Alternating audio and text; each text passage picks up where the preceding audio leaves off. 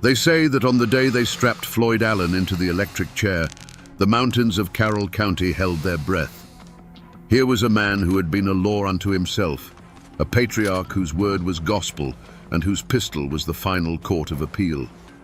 He was a king in his own world, a world of misty hollers and unwritten codes of honor. Yet his reign ended not in a blaze of glory on a mountainside, but in a sterile room in Richmond, at the hands of a power he could never understand. Was he the last of the mountain lions, a fierce protector of his kin, cornered by a world that no longer had a place for him? Or was he a brutal tyrant, a man whose pride was so vast it consumed everything he loved, his family, his fortune, and finally, his own life? The truth, as it always does in these old hills, is tangled up like roots in the clay. Today, we're going to untangle that story. We're going to follow the trail of blood and honor that led Floyd Allen from the pinnacle of power in his mountain kingdom to that cold chair in the state penitentiary. And to do that, we have to start not with the famous massacre that sealed his fate, but with the forgotten gunfight 4 years earlier, the day the Allens shot up a courthouse and walked away, convinced they were invincible. Floyd Allen was not born a killer. He was born a king. His kingdom was the mist-shrouded hills and dark, winding hollers of Carroll County, Virginia, a world forged in the cold creeks and rocky soil of the Blue Ridge. In the late 19th century, this wasn't just a place on a map. It was a fortress of self-reliance, sealed off from the outside world by poor roads and a deep-seated suspicion of flatlanders and their laws. Here, a man's name was his legacy, and the Allen name carried the weight of generations of hard work, hard-headedness, and a fierce, unyielding loyalty to their own. His father, and his father before him, had taught him the only lessons that mattered. You didn't learn your worth in a schoolhouse, you learned it behind a plow, with an axe in your hand, or by looking another man in the eye during a land deal. The Allens were not poor. They were landowners, farmers, and businessmen who built their prosperity with their own sweat and ingenuity. Floyd learned early that wealth and influence were earned, and once earned, they had to be defended. Not with lawyers and contracts, but with a firm handshake for a friend and a cold stare for an enemy. Life in those mountains was a constant struggle, a teacher of hard truths. A failed crop could mean a hungry winter. A sudden sickness could be a death sentence without a doctor for miles. You learn to depend on two things, your own strength and the strength of your kin. When a neighbor's barn burned, it wasn't the government that showed up to help, it was the community. And when trouble came looking for you, it wasn't a sheriff you called, it was your brothers and your cousins. This forged an unbreakable bond within the clan and a permanent wall against the outside world, which they saw as weak, meddlesome, and utterly untrustworthy. There's an old story, perhaps a legend, about a young Floyd Allen watching his father deal with a dispute over a timber boundary. A man from outside the county arrived with a deed from the courthouse in Richmond, waving the paper as if it were a holy scripture. He claimed the Allens had been cutting on his land. Floyd's father didn't even look at the document. He just looked at the man and said, "I know my line, and you know my line. That paper doesn't know this mountain." He stood his ground, unblinking, until the man with the deed folded it up and left. The lesson for young Floyd was seared into his soul. A man's spine was worth more than his signature, and the only true law was the one a man was willing to enforce himself. From this upbringing, Floyd Allen carried with him a code as rigid and unforgiving as the mountains themselves. First, your blood was your nation. An offense against one Allen was a declaration of war on them all. Second, your honor was your most valuable possession. An insult left unanswered was a stain that could never be washed away. Third, you stood on your own 2 feet. You solved your own problems, you fought your own battles, and you never, ever bowed your head to an outsider trying to tell you how to live on your own land. This was the world that created Floyd Allen, and he, in turn, became its perfect embodiment. He was industrious, proud, and quick to anger, But he was also known for his generosity and unwavering loyalty to those he considered his own. He wasn't just a man living by the mountain code, he was the mountain code, walking and breathing. And he was walking straight toward a collision with a modern world that had no room for kings like him. Long before the newspapers in Richmond painted him as a monster, Floyd Allen was simply the most important man in his corner of the world. He was a man built like a barrel, solid and immovable, with eyes that could measure a man's worth in a single glance. When he walked into a room, the conversation didn't stop, but it changed. People straightened up. They knew they were in the presence of someone who mattered, a man whose favor could make you and whose anger could break you. He wasn't just a farmer scratching a living from the dirt. He was an empire builder in miniature. He owned some of the best land in Carroll County, acres of it, cleared and farmed with meticulous care. He ran a general store that was the hub of the community, a place where news was traded over barrels of crackers and bolts of cloth. He was a shrewd businessman who always seemed to be one step ahead, whether he was buying timber, trading livestock, or, as some whispered, running a profitable line in the untaxed corn liquor that warmed the mountain winters. He had built a small fortune through grit and intelligence, and he provided well for his own. But his influence went far beyond money. Floyd Allen was the unofficial law in his part of the county. If a dispute arose between neighbors over a stray cow or a poorly marked property line, more often than not, they wouldn't ride to the courthouse in Hillsville. They'd ride to Floyd Allen's porch.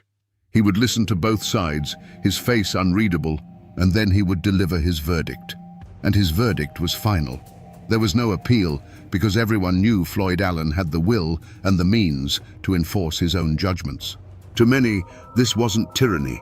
It was justice, swift, understandable, and delivered by one of their own. To truly understand the man, though, you have to look past the businessman and the enforcer. You have to see him at his own dinner table, surrounded by his wife and children, his brothers and their families. Here, the hard gaze softened. He was the undisputed patriarch, the head of the clan, but his rule was built on a foundation of fierce, protective love. His family was his fortress, the living, breathing heart of the world he had built. Every acre he bought, every dollar he earned, every enemy he made, it was all in service of protecting them. He was the sentinel on the walls of that fortress. This was the world Floyd Allen had built, a self-contained kingdom carved out of the Blue Ridge Mountains. It was a world of order, his order, built on loyalty, respect, and the quiet understanding that his authority was absolute. It was a peaceful kingdom, a safe harbor for his kin, and he would do absolutely anything to protect it from the encroaching world he saw as a threat to everything he held dear.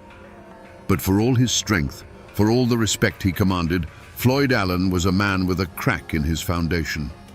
It was a flaw as deep and as unyielding as the mountain granite itself, a pride so absolute, so all-consuming, that it bordered on a kind of personal sovereignty. He didn't just think he was right. He believed in his bones that his will was the only true law. This wasn't simple arrogance. It was the conviction of a king who genuinely could not comprehend any authority higher than his own.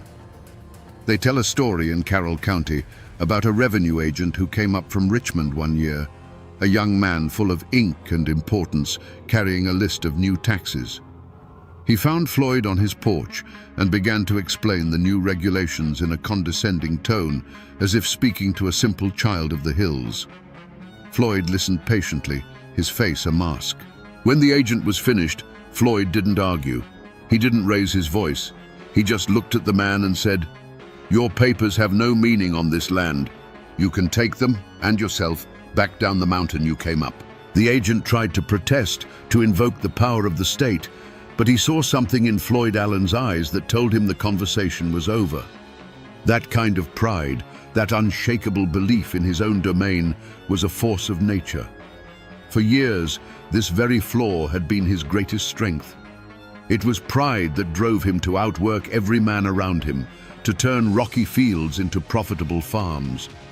It was pride that made him a man of his word, because the thought of his reputation being tarnished was intolerable. It was the source of the fierce loyalty he showed his kin. An insult to them was an insult to him, and his pride would not let that stand. He built his entire world on the principle of never backing down, never bending a knee. But this strength cast a long and dangerous shadow. It made him utterly blind to the changing world. He saw every legal summons, every warrant, every tax notice, not as the impersonal functioning of a government, but as a direct and personal challenge to his honor from a rival power. He couldn't distinguish between a man who insulted his family and a judge who issued a lawful order. To Floyd Allen, they were one and the same, an outside force trying to impose its will on his kingdom. This inability to bend, this refusal to acknowledge any law but his own, was a tragic flaw of classical proportions. It was a ticking clock, counting down to a day when he would be faced with a choice he was incapable of making. A day when the state would demand he submit, and his pride would demand he resist. A confrontation was not just likely, it was written in the very soul of the man. And that confrontation would be the engine of the entire tragedy to come. The spark that would eventually burn down the Allen dynasty was not some grand crime, no bloody murder or daring robbery. It was a piece of paper, a simple indictment from the Grayson County Court. The target wasn't even Floyd, but his brother, Sidney Allen, a man as proud and respected as any in the clan. The charge? Carrying a concealed weapon. To the state of Virginia, it was a misdemeanor. To the Allens, it was like charging a blacksmith for owning a hammer. In their world, a pistol was a tool of survival and a symbol of manhood, and the law had no business telling a free man what he could or could not carry. But this was more than a dispute over a law. It was personal. The Allens had been in a long, simmering feud with the local deputy, Mabe Poole. They saw his hand in this, believing the badge was being used as a weapon to settle old scores and chip away at their influence. The arrest of Sidney was not seen as impartial justice. It was seen as targeted harassment by their enemies. To Floyd Allen, this summons wasn't a legal document.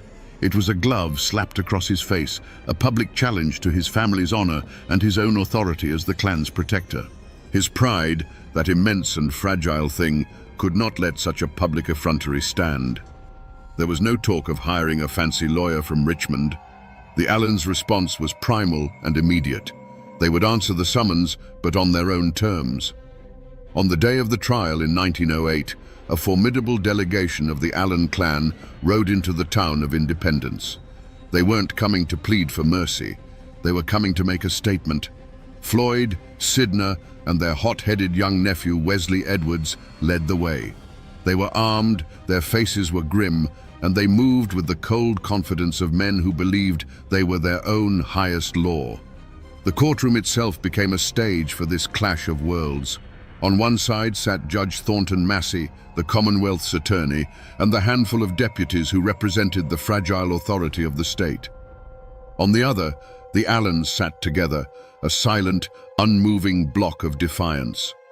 They were an island of mountain code in an ocean of common law.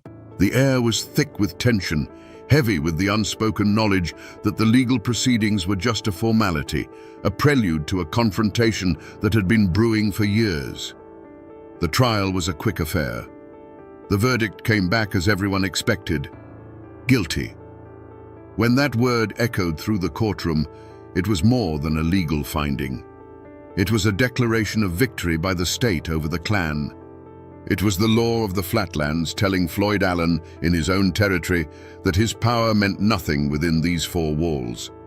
For a man whose entire identity was built on never backing down, on being the ultimate authority, this public humiliation was the unforgivable affront. It was the point of no return. The time for talk was over. In the heavy silence that followed the verdict, the world seemed to shrink to the four walls of that courtroom. For any other man, this was the moment to negotiate, to mitigate, to swallow his pride and pay the fine. A quiet word from a lawyer, a nod of acceptance to the judge, These were the off-ramps back to a peaceful life. The court itself offered these paths. Judge Massey was known to be a reasonable man. The sentence for a first offense of this nature would likely have been little more than a token fine, a slap on the wrist to assert the law's authority. But Floyd Allen did not see a row of open doors. He saw a line of bayonets. Every aspect of the legal process was, in his eyes, another link in a chain being forged to bind him. The clerk's scratching pen, the jury's averted eyes, the judge's solemn face, these were not instruments of justice, but weapons of humiliation. You could see it in the set of his jaw, in the way his gaze never left the judge's bench. He was not a defendant awaiting a sentence. He was a king staring down a usurper. Some accounts say that even Sidney Allen, the man at the center of it all, hesitated. He was a practical man, and perhaps he saw the futility of this confrontation. A fine was just money after all. A few days in jail would be an inconvenience, not the end of the world. He might have been willing to bend, to give the law its small victory and live to fight another day. But he, like everyone else in the Allen clan, looked to Floyd. And Floyd's face was carved from stone. His pride had taken the wheel, and it recognized no road but the one that led straight ahead. The young men, especially the hot-blooded Wesley Edwards, took their cue from the patriarch. They saw his unyielding stance not as stubbornness, but as courage. They saw his cold fury as righteous anger. Floyd's rejection of compromise was a silent command to them all. We do not break. We do not bow. If Floyd Allen had shown the slightest sign of submission, his kin would have followed. But he showed none. His decision, made in the silent furnace of his own pride, sealed the fate of everyone in that room. Each tick of the clock was a step further down the path of no return. The opportunity for a quiet resolution vanished. The chance for a grudging acceptance evaporated. The air grew thinner, charged with an invisible current of violence. The Allens were no longer just a family in legal trouble. They had become a powder keg, and Floyd Allen's pride was the lit fuse. By refusing to accept the court's authority, he had rejected all possibility of peace. He had made his choice, not with words, but with a glare of pure, undiluted defiance. He had decided that the Allen law was the only law that mattered, and he was prepared to prove it. The moment the guilty verdict was read, a heavy, suffocating silence fell over the courtroom. This was it, the final crossroads. All that stood between the Allen clan and open warfare was the sentence from Judge Thornton Massey. And in that moment, the judge, perhaps sensing the electric tension in the room, seemed to extend one last fragile bridge back to the world of reason. He rapped his gavel once, a sound like a cracking bone, and prepared to speak. He could have thrown the book at Sidney Allen. He could have imposed a heavy fine and a long jail sentence to make an example of him. But instead, the words he spoke were measured, designed to de-escalate. He pronounced the sentence, a fine and a short term in the county jail. Some accounts even claim the jail time was suspended. It was a token punishment, a symbolic victory for the state that would allow the Allens to pay a pittance and walk away with their freedom intact.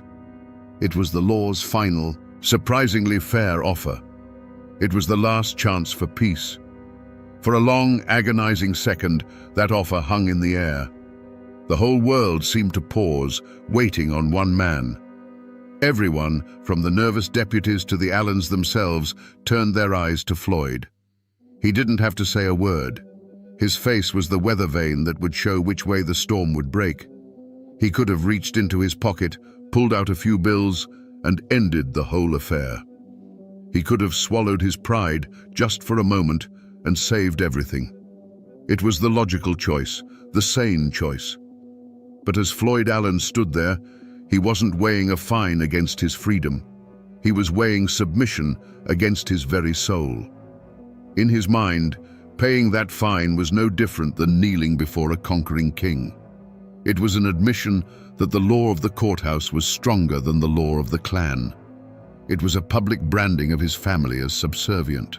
And his pride, that fierce and terrible master, screamed that death was better than such a dishonor.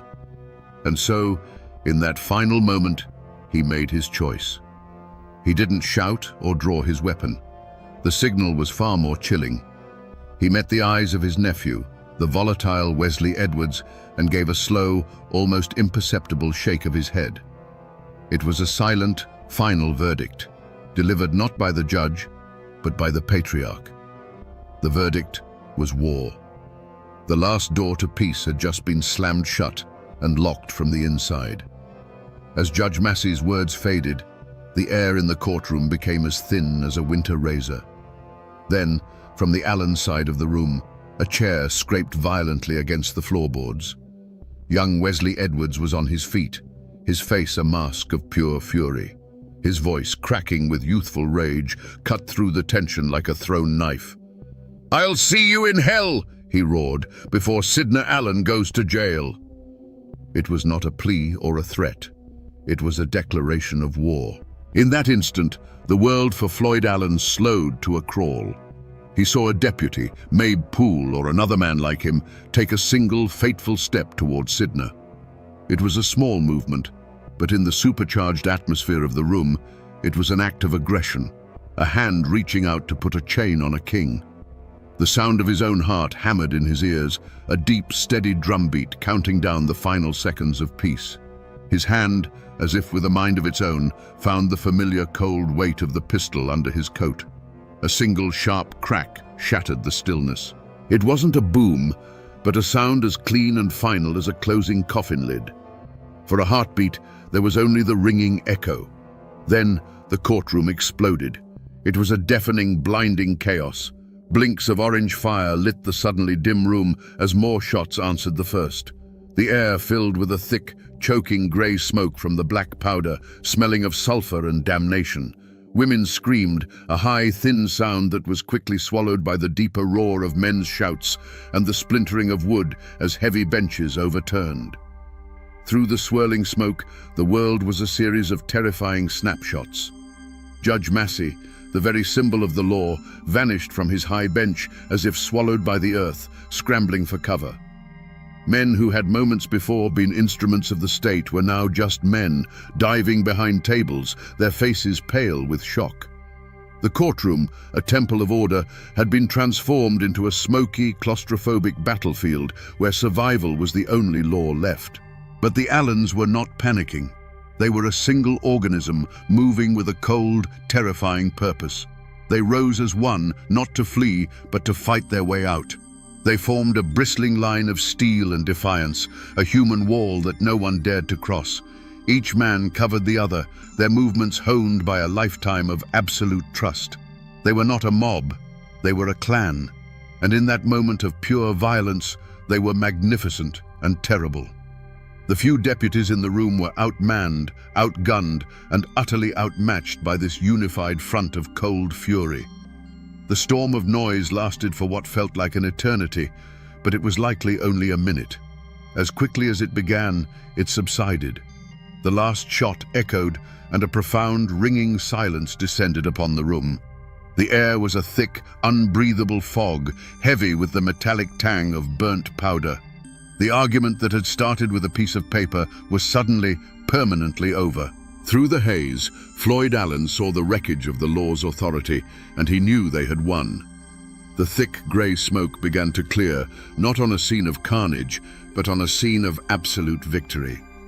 Floyd Allen stood amidst the overturned benches and the lingering smell of gunpowder, his pistol still warm in his hand.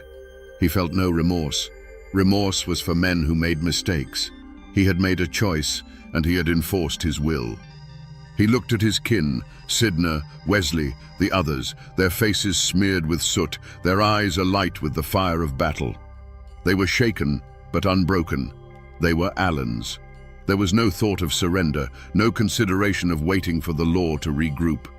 That would be admitting they had done something wrong. In Floyd's mind, they had done the only thing they could. He gave a sharp, curt nod to his brother. It was time to go. The business in this place was finished. They didn't run, they walked. With a slow, deliberate pace, the Allen clan strode out of the ruined courtroom, a phalanx of armed and dangerous men. Deputies and court officials, still dazed and disarmed by the suddenness of the assault, simply watched them go. No one dared to raise a hand to stop them. They moved through the panicked corridors and down the courthouse steps into the daylight, emerging into the gaping faces of the townsfolk who had gathered at the sound of the gunfire. Their path through the town of Independence was a corridor of fear and awe. People flattened themselves against walls, pulling their children back. The lawmen who were supposed to be the guardians of this town were nowhere to be seen, or they stood by, powerless and humiliated. The Allens walked straight to their horses, which were tied to a hitching post as if it were any other market day. There was no haste in their movements. They checked their saddles, mounted their horses, and gathered together in the middle of the street. For a final moment, Floyd Allen looked back at the courthouse, the symbol of the flatland law he so despised. It stood there, violated and silent. He had challenged it on its own ground, and he had won. He turned his horse without a word, and together the Allens rode out of town, kicking up a cloud of dust that settled back down on the defeated law. They were not fugitives fleeing into the wilderness. They were conquerors, returning to their mountain kingdom. The Allens rode home as heroes, their victory echoing through the hollows before they even reached their own land. To their kin and supporters, they were giants who had stared down the corrupt machinery of the state and made it blink. But this triumph was a poisoned chalice. While the men celebrated their defiance, the women of the clan now had to live with a new and constant dread. They had seen their husbands and sons ride off to a courthouse and return from a gunfight. From that day forward, every trip to town, every knock on the door, would carry the chilling possibility of reprisal. The victory at Independence didn't bring peace. It brought a permanent state of war. The community itself was fractured. You see, an event like this forces everyone to choose a side. There was no longer any middle ground. Families who had been neighbors for generations suddenly looked at each other with suspicion. You were either with the Allens and the old ways, or you were with the law and the future. Friendships soured, and old resentments flared into open hostility. The Commonwealth's attorney, Greer, nursed more than just a bullet wound in his arm. He nursed a grudge that would fester for years. The law had been publicly humiliated, and men like that have long memories. But the most dangerous ripple effect was on the law itself. Judge Thornton Massey was not a man to be cowed. The bullets that had scarred his courtroom had also hardened his resolve. The Allens had proven they were not just a difficult family. They were an armed insurrection against the very idea of a civilized society. For the judge and the prosecutors, the fight was no longer about a misdemeanor weapons charge. It was now an existential struggle for control of the mountains.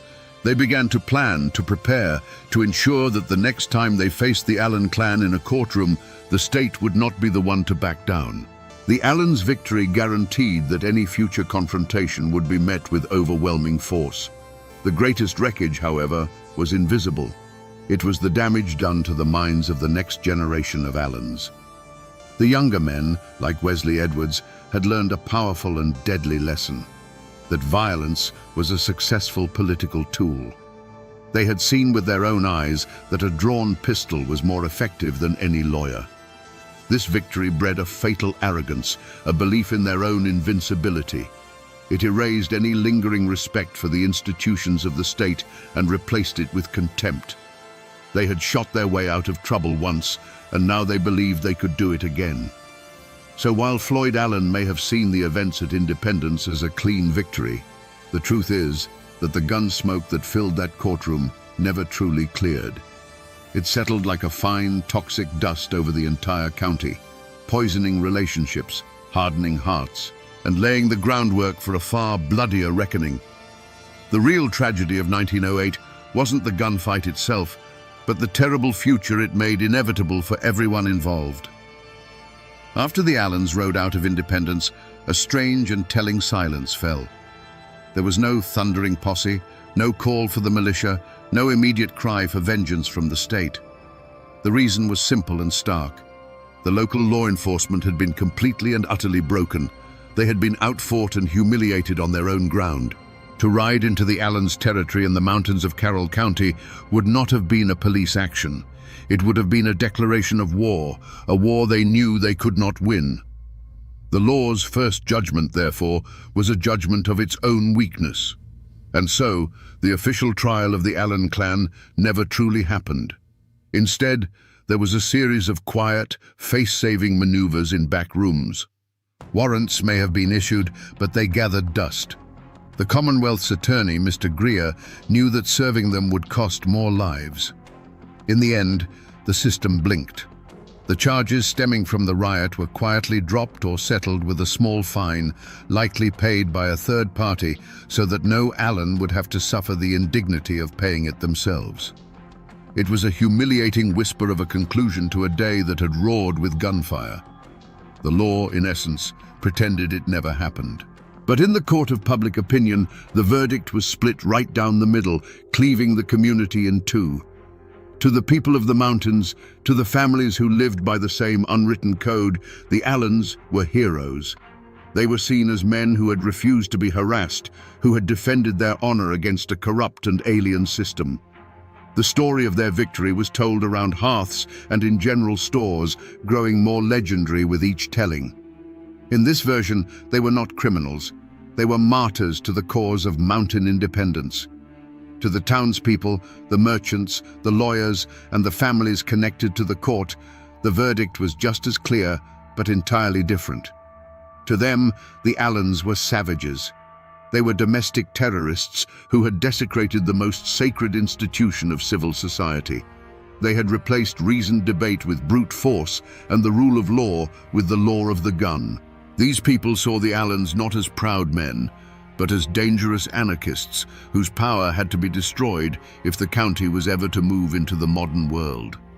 So, was justice served? By the standards of the state, it was a catastrophic failure. The law had been challenged by force and had retreated in disgrace. But by the standards of the Mountain Code, justice had been served perfectly. An insult had been answered, honor had been satisfied, and the clan's authority had been reinforced. The true verdict on the independence riot wasn't handed down by a judge or a jury. It was a verdict written in gunpowder and fear, and it declared, for all the world to see, that in these mountains, the Allen Code was still the supreme law of the land. What of the men who stood for the law that day? What became of the antagonists in this story? In the immediate aftermath, their fate was one of profound and public humiliation. Judge Thornton Massey had been forced to take cover behind his own bench. Commonwealth's Attorney Greer had been wounded.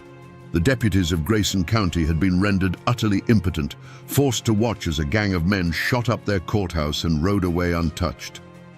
For them, there was no justice, only the bitter taste of defeat.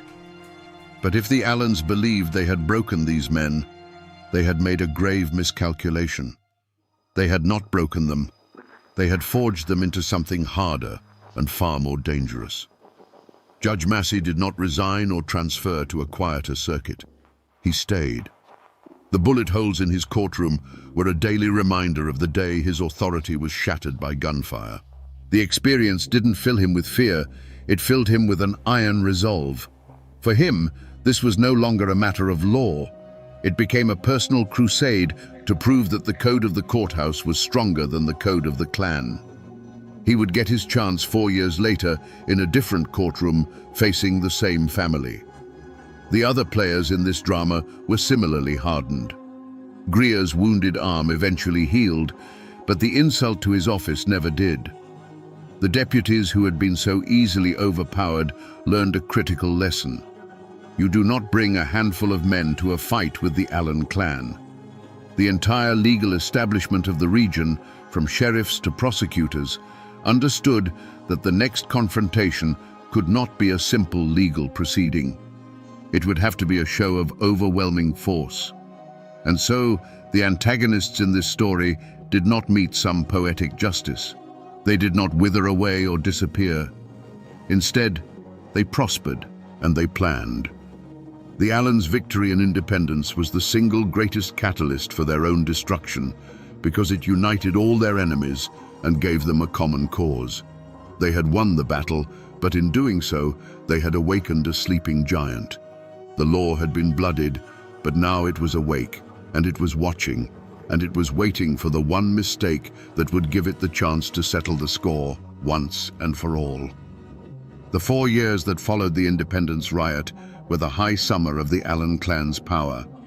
Their victory didn't just fade into memory, it became the foundation of their living legend. Floyd Allan's authority, already immense, became absolute.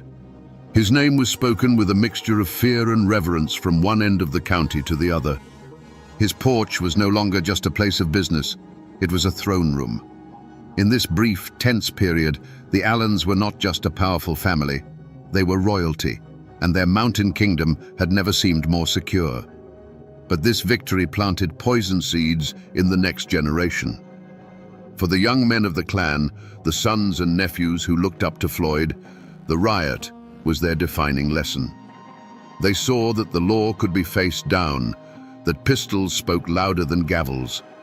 They carried themselves with a new swagger, an unshakable arrogance born from the belief that they were untouchable.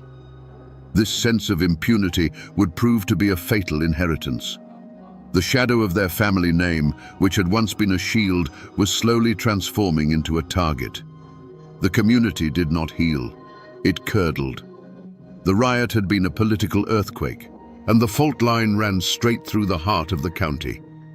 The old, easygoing relationships between neighbors were replaced by a quiet, watchful tension. People were careful about what they said and who they said it to. You were either a friend of the Allans or you were an enemy, and everyone knew that being their enemy was a dangerous proposition. The county wasn't rebuilding. It was holding its breath, waiting for the other shoe to drop.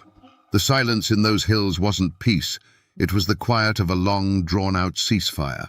And while the Allans reigned supreme in their hollows, a different kind of power was consolidating in the towns.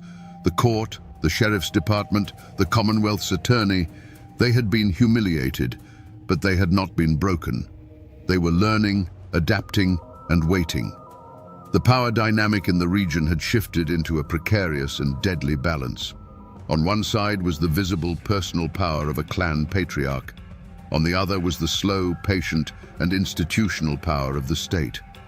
Both sides believed they were right, and both were now utterly convinced that the other could only be dealt with through force. The stage was being set for a final, tragic resolution. Today, the town of Independence is quiet.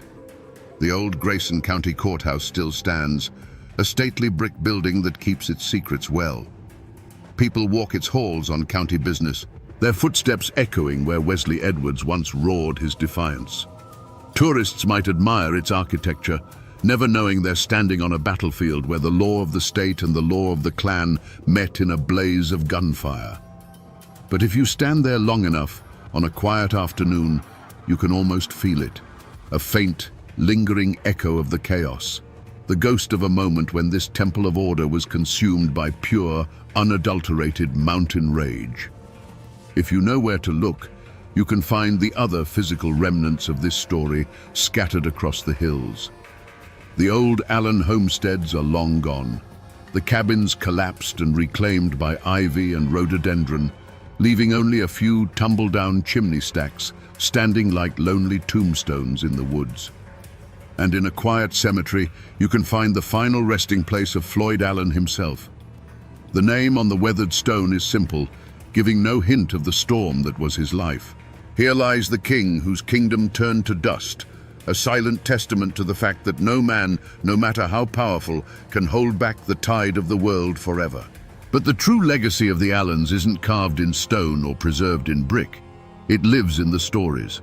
The tale of the Independence riot and the more famous Hillsville massacre that followed has been worn smooth by a century of telling, transformed from a raw news event into a piece of local folklore. It's a cautionary tale told to hot-headed young men about the dangers of pride. It's a ballad of defiance sung by those who still feel a kinship with the old ways. Depending on who you ask, Floyd Allen is either a cold-blooded killer who got what he deserved, or a tragic folk hero who was the last king of the mountains. The man is gone. The clan's power is broken. But their spirit, that fierce, uncompromising and violent spirit of the old Blue Ridge, has not vanished completely. It haunts these mountains still. You can hear it in the stories told on front porches as the evening mist settles in the hollows. You can feel it in the deep-seated distrust of authority that still lingers in the hearts of some. Floyd Allen is dead, but the ghost of his name and what it stood for remains a stubborn whisper in the wind. So we come back to the question we started with, the one they still ask in the quiet corners of these mountains. Was Floyd Allen a hero or a villain? The truth is, he was both, and he was neither. He was a hero by the code of a world that was already dying, a world where a man's honor was his own to defend. By that ancient law, he was a righteous king protecting his domain. But he was a villain to the new world that was being born, a world of statutes and courtrooms that had no room for kings. His tragedy was not that he was evil, but that he was born a century too late. In the end, the Ballad of Floyd Allen isn't just a tale of mountain justice and courtroom gunsmoke.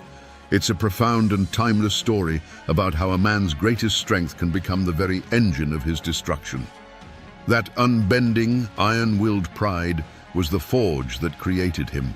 It made him a leader, a provider, and a protector. But that same pride blinded him to the changing world, and it would not allow him to bend, even when breaking was the only other choice. His story is a warning, etched in blood and gunpowder, that no man can stand alone against the turning of the tides. You cannot fight the future with a pistol, and you cannot hold back the world with the force of your will alone. And that, my friends, is the ballad of a man who tried to be as unmovable as the mountains themselves, only to discover that even the mountains, given enough time, must crumble into dust.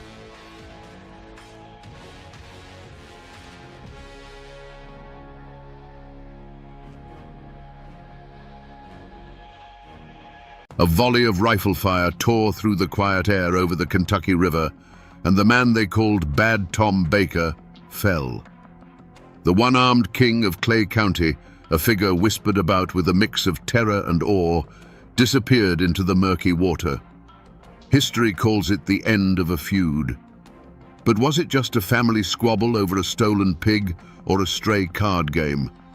Or was it the assassination of a tyrant who had turned the law into his personal weapon and ruled an entire county through sheer, brutal force?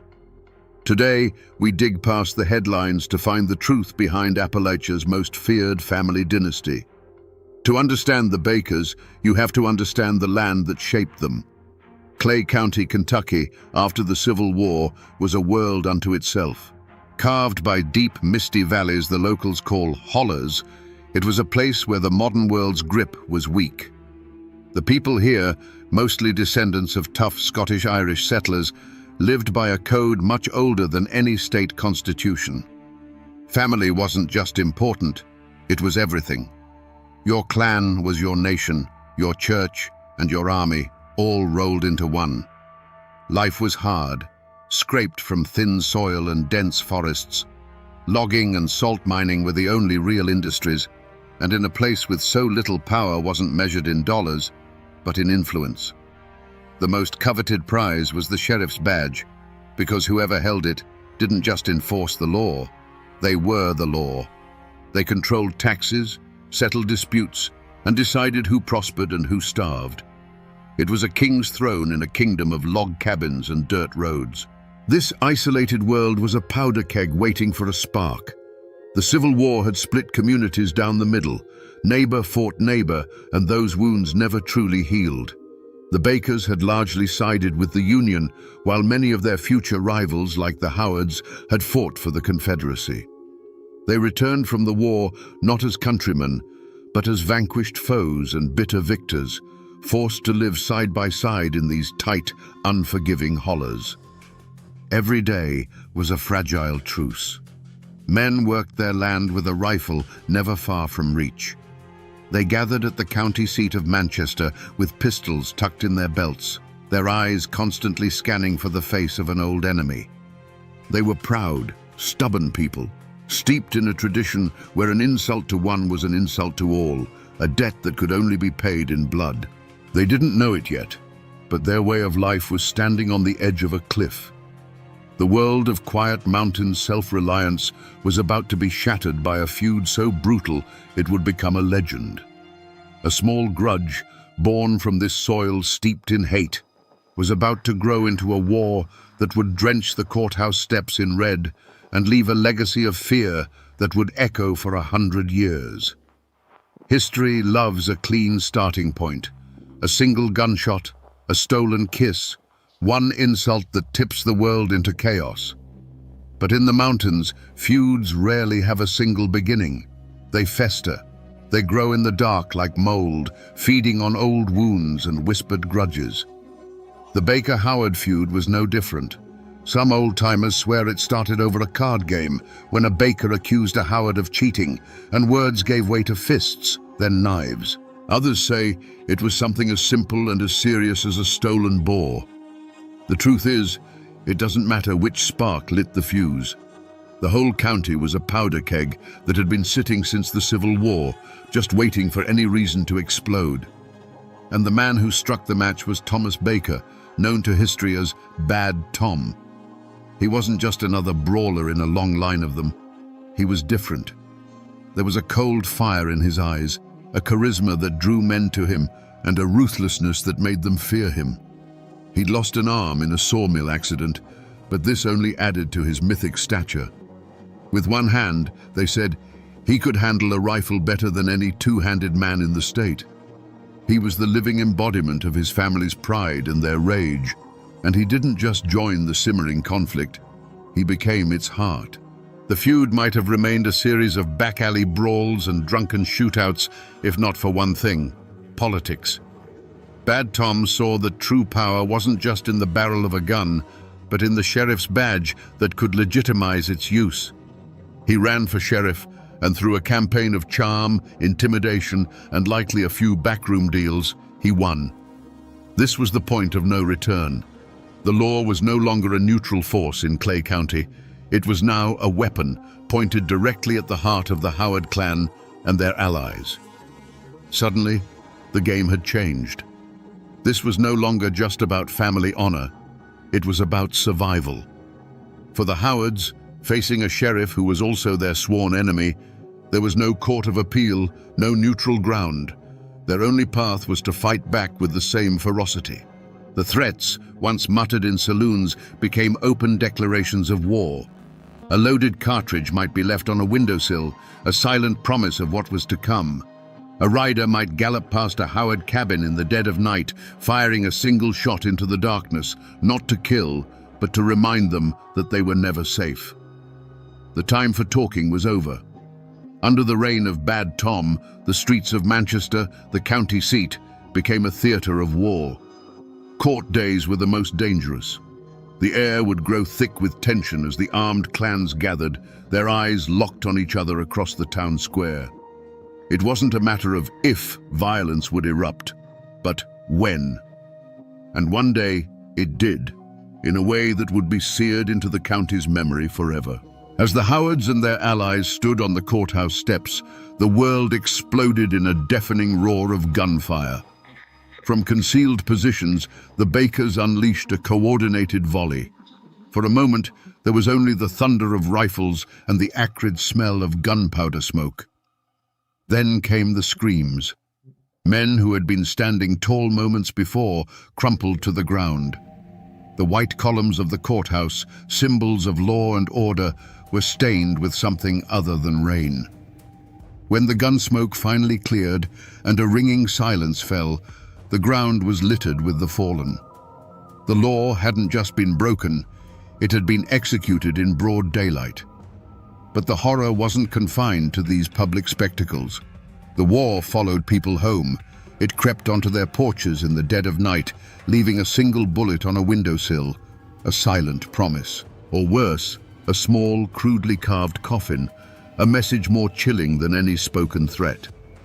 A family would be sitting down to supper, and a shot would ring out from the darkness, shattering a window pane. The bullet wasn't meant to hit anyone.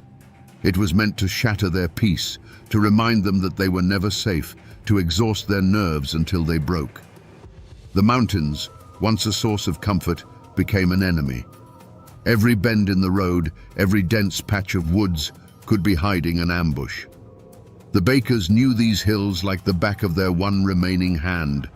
They would strike from the trees like ghosts and melt back into the forest, leaving behind only chaos and fear. Travel between hollers became a life-or-death gamble. Perhaps the darkest tale whispered about Bad Tom was the one about his own cousin. The story goes that the man showed a moment of weakness, a flicker of cowardice in the face of the enemy. For Bad Tom, this was a betrayal worse than any other. He summoned the man to the family home, and as the cousin stood on the doorstep, a single shot echoed through the holler. It was a message to everyone, friend and foe alike. In the Baker clan, loyalty was absolute, and the price for breaking the code was paid on the spot, without hesitation. After the smoke cleared from the courthouse steps, a new kind of silence fell over Clay County. It wasn't peace. It was the suffocating quiet of absolute fear. Doors were bolted, windows were shuttered, and the streets of Manchester emptied as if a plague had swept through. The only ones who moved freely were the Bakers and their allies, who walked with the swagger of conquering heroes. The law, which had bled out on the town square, was now whatever Bad Tom Baker said it was. For the survivors of the Howard clan, grief quickly hardened into a cold, unbending resolve. They carried their dead back to their family plots in the quiet hollers, but they weren't just burying their kin. They were burying any hope of conventional justice. To appeal to Sheriff Baker to investigate a crime committed by the Bakers was not just futile, it was a death sentence. They knew then that the war would not be won in a courtroom or on a ballot. It would only end when Bad Tom Baker was in the ground. The fear was a poison that seeped into every corner of life. Neighbors who had known each other for generations stopped speaking, their eyes averting in the street lest a friendly word be misinterpreted as taking a side. Business ground to a halt. The mountains that had once been a sanctuary became a prison, and the legend of Bad Tom grew with every whispered story. People said he couldn't be killed, that he'd made a deal with the devil for his one-armed marksmanship. In the flickering firelight of their cabins, people began to believe that he wasn't a man at all, but a spirit of vengeance sent to punish the county for its sins. But the gunshots in Manchester echoed far beyond the hills of Clay County. Newspapers in Frankfurt and Louisville began to run sensational stories about bloody Clay, painting it as a savage land ruled by a one-armed tyrant. The state government, long content to let the mountain counties manage their own affairs, could no longer ignore the anarchy. The governor was embarrassed. Rewards were quietly offered for information, and the first whispers of sending in the state militia began to circulate. The outside world was finally starting to peer into the heart of darkness that Clay County had become. This external pressure, combined with the desperation of his enemies, sealed Bad Tom's fate. His opponents realized they couldn't outfight him, and they couldn't outvote him. They had only one option left. In secret meetings, deep in the woods, a plan was forged. It wouldn't be a fair fight, because a fair fight with Tom Baker was one you lost. It would be an ambush. They began to watch his movements, learning his routines, waiting for the perfect moment to cut the head off the snake and end his bloody reign for good. With Bad Tom Baker's body lost to the Kentucky River, you might think the story was over, but it wasn't. His death wasn't an act of law, it was an assassination. And now, the law of men finally came to Clay County. The state, embarrassed and angry, sent in troops and prosecutors. The war of ambushes and shootouts was over. The war of witness stands and gavels was about to begin. The courthouse, once a battlefield, was now to be a place of judgment. The trials that followed were a spectacle, a clash of two entirely different worlds. Armed state militiamen stood guard, their faces grim, watching a crowd that was divided by an invisible line of hatred. On one side sat the remaining Bakers, on the other, the Howards and their allies. In the middle were the city lawyers in their pressed suits, trying to apply abstract legal principles to a conflict fueled by generations of raw, personal vengeance. For the mountain folk packed into the gallery, it was a strange and foreign circus, where truth seemed less important than procedure. The men in the dock were a study in defiance. Whether Baker or Howard, they showed little remorse. They sat with a stoic dignity, their faces carved from the same hard Appalachian rock as their homes. To them, this wasn't a trial for murder. It was a trial of survival. They looked at the judge and the jury, not with the eyes of guilty men, but with the weary gaze of soldiers who had fought a long and brutal war, only to be judged by outsiders who had never spent a single night in the trenches. They didn't plead for mercy, because mercy wasn't a currency they understood. The verdicts, when they came, were as messy and complicated as the feud itself. Some men were convicted, sent away to rot in a Frankfurt prison, becoming martyrs to their families. Others, even those known to have pulled a trigger, were acquitted. Witnesses suddenly couldn't remember faces. Juries of local men who had to live in these hollers long after the judge went home delivered verdicts that defied the evidence. The law came to Clay County, but it found that the old codes of silence and clan loyalty were stronger than any prosecutor's argument. In the end, the state declared the feud officially over. The newspapers reported that justice had been served. But was it? For the people who lived it, the court's justice felt hollow. It didn't bring back the dead. For every man sent to prison, another known killer walked free. The trials didn't bring closure. They just forced the hatred underground, where it would simmer for another generation. The law of men had imposed a fragile peace, but the justice of the mountains, a justice of blood for blood, was left unfinished, an angry ghost that would haunt the hollers for years to come. The trials ended, the troops went home, and a quiet, exhausted peace settled over Clay County. The Baker dynasty, once a force that could command a private army and bend the law to its will, crumbled. Without the iron fist of Bad Tom to hold it together, the clans scattered like ashes in the wind. Some of his sons and lieutenants went to prison. Others moved away, changing their names to escape the shadow of their family's bloody reputation. The name that once inspired terror now became a quiet mark of a past best left buried. But the past is never truly buried in these mountains. It just sleeps. If you go to Manchester today, you'll see a modern town. The courthouse that once ran with blood has likely been renovated, its columns scrubbed clean. But if you look closely, the real story is still there.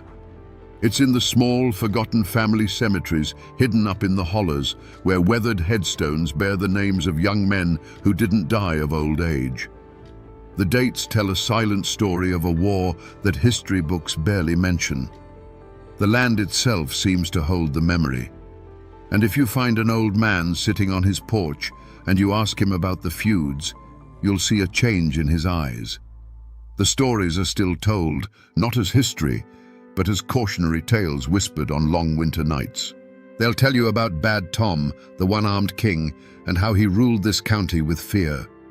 The official records are sparse, but the oral history, passed down from grandfather to grandson, is rich and terrifying. The name Baker is no longer a threat. It's a legend, a ghost that haunts the local memory. Most of the cars that drive the winding roads of Clay County are just passing through, their drivers unaware of the ghosts that linger in the shade of the trees. But the mountains remember everything.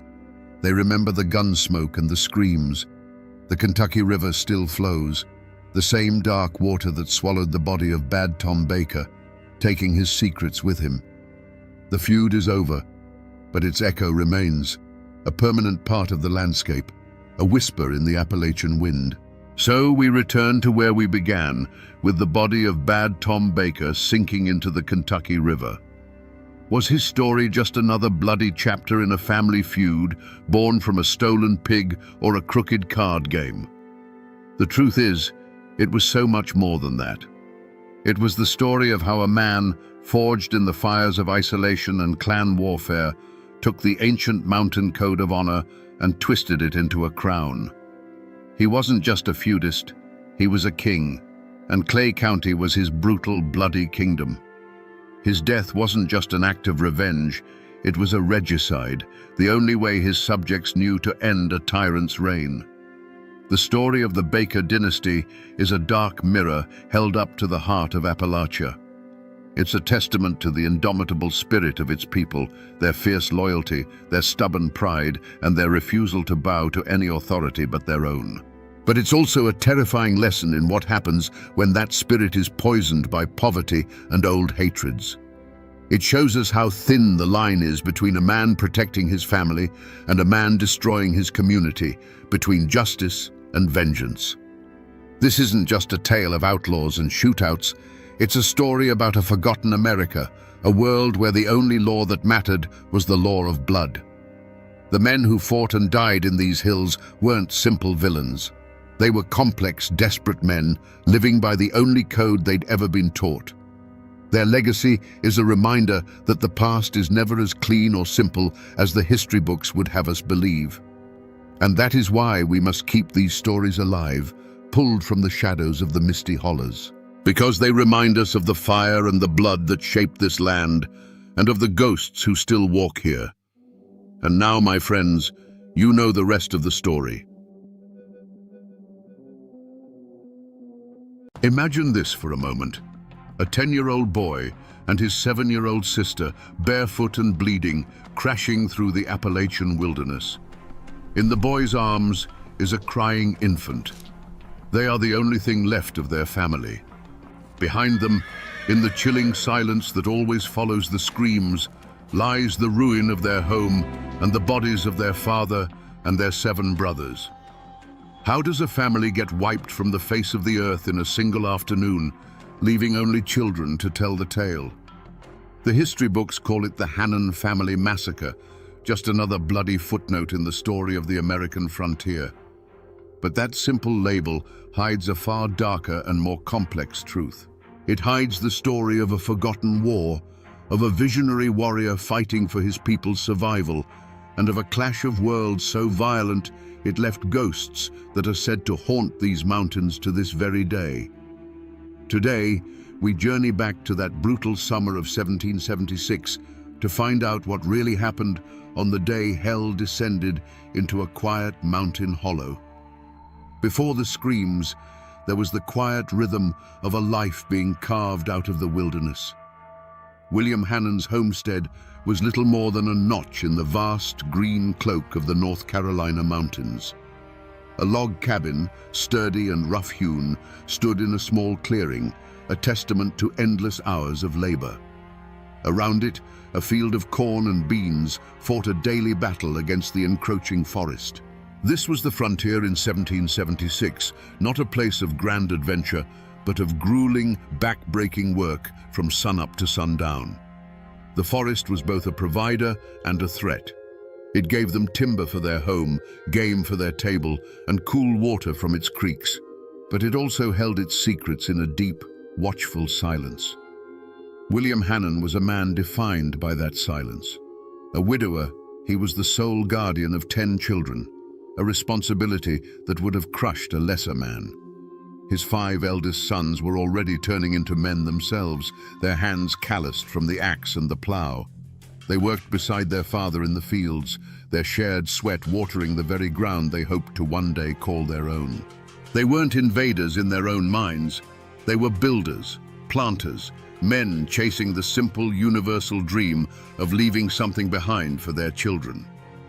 Inside the cabin, life was a hum of smaller chores. 10-year-old Edwin was already learning the weight of responsibility, while his 7-year-old sister Winnie was more mother than child to the 2 toddlers and the new baby, Elizabeth. Their world was small, bounded by the edge of the woods and the arc of the sun. Their joys were simple: a cool drink of water after a hot day's work, the rare taste of wild honey, the stories told by the firelight as the mountains outside grew dark and quiet. It was a hard life, but it was their life, whole and unbroken. But the year was 1776, and while men in Philadelphia were debating the birth of a new nation, the world these settlers knew was on the verge of a violent, bloody death. The winds of revolution that blew through the cities reached the mountains as distorted whispers, rumors carried by traders and traveling preachers. They spoke of war with the British, of independence, of freedom, words that felt distant and abstract in a place where survival was the only law that mattered.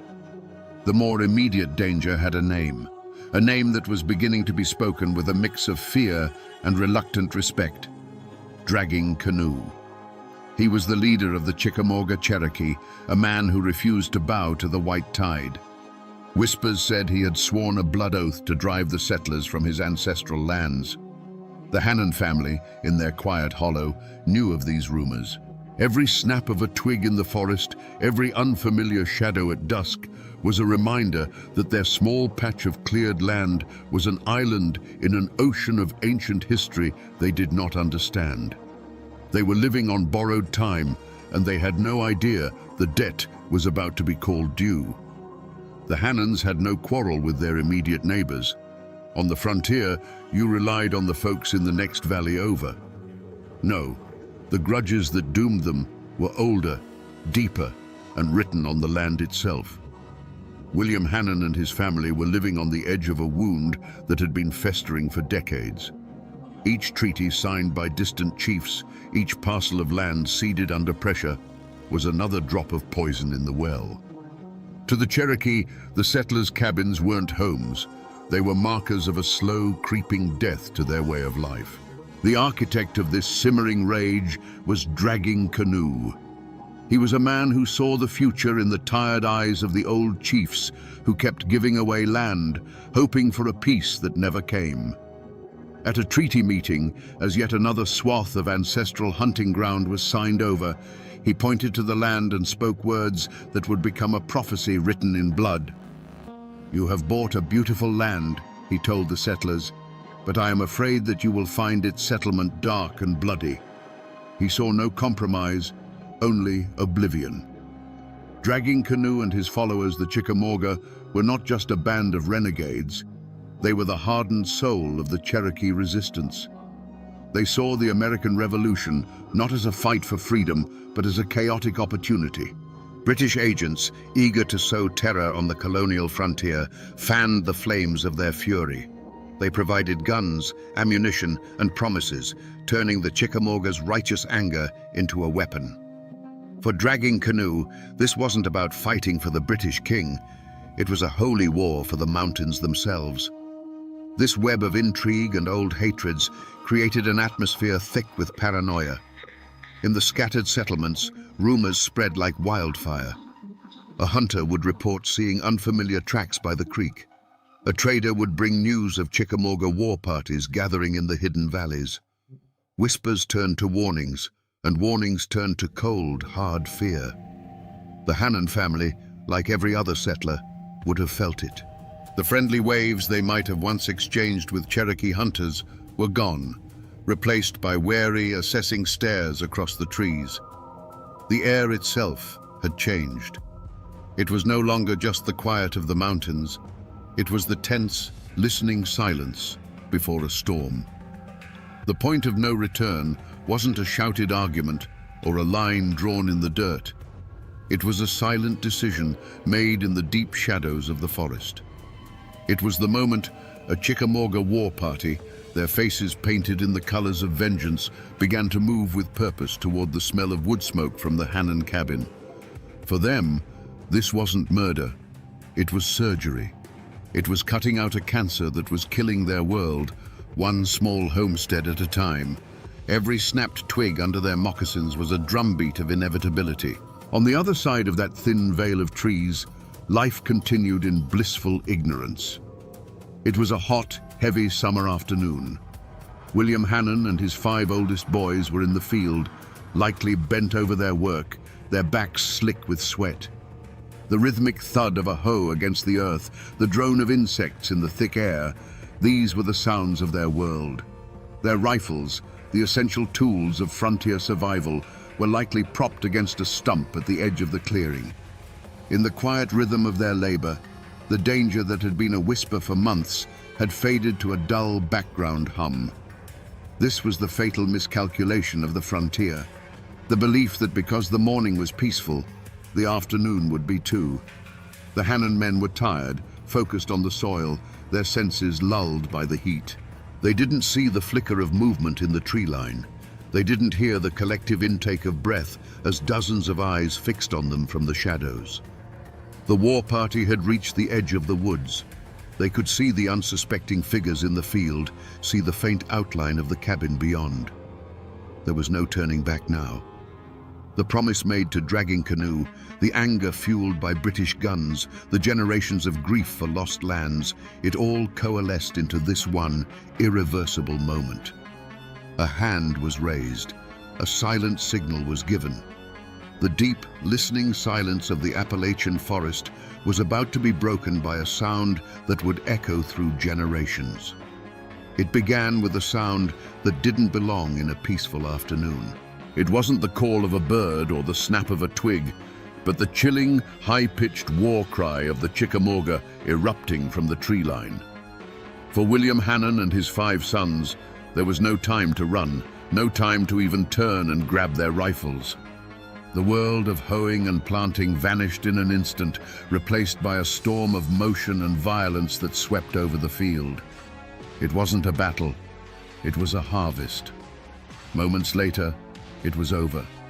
The rhythmic sounds of work had been replaced by a silence that was heavy and absolute. 6 men who had been toiling under the sun were now part of the very earth they had been turning. From the cabin, one could only see the aftermath, the still figures lying in the dirt and the attackers moving among them. One warrior stood over the body of William Hannon and with a swift, practiced motion raised a dark, bloody proof of his victory to the sky before disappearing back into the shadows of the forest. Inside the cabin, the screams from the field had been cut short, leaving a ringing void that was even more terrifying.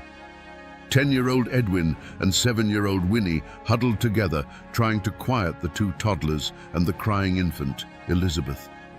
Then came a new sound, the splintering of their own front door. It burst inward, and the small, dim cabin was suddenly filled with huge, terrifying shadows. The air grew thick with the scent of sweat, rage, and something metallic that the children didn't understand. The warriors' eyes, accustomed to the dim light of the forest, scanned the cabin. They saw the children. In the merciless logic of a war for survival, these were not children. They were the seeds of their enemy, seeds that could not be allowed to grow. One of the warriors moved toward the 3-year-old boy, who was crying in terror. There was a small, sharp scream, followed by a sickeningly dull thud against the log wall, and then silence. The newborn, Elizabeth, began to wail, her infant cries filling the cabin. Another warrior moved toward her. But in that moment, in that bloody, chaotic frenzy, something happened. Perhaps the warriors were spooked by a sound. Perhaps they believed their work was done and were eager to leave. For one critical second, their attention was diverted. It was all the time the universe would give. It wasn't a thought, but a pure animal instinct that moved 10-year-old Edwin. As the warrior turned away, the boy lunged, scooping the screaming infant from her cradle.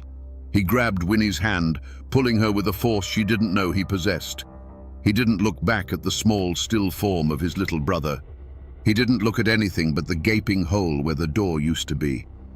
They slipped out of the cabin like 2 small ghosts leaving their own grave. Barefoot, with a screaming baby in their arms, they ran. They didn't run toward the fields where their father lay. They ran for the one place that had always seemed so dark and threatening, the only place that now offered salvation, the deep, silent woods. They plunged into the shadows, the thorny branches tearing at their skin, running from the silence that had just fallen over their home, a silence now more terrifying than any scream.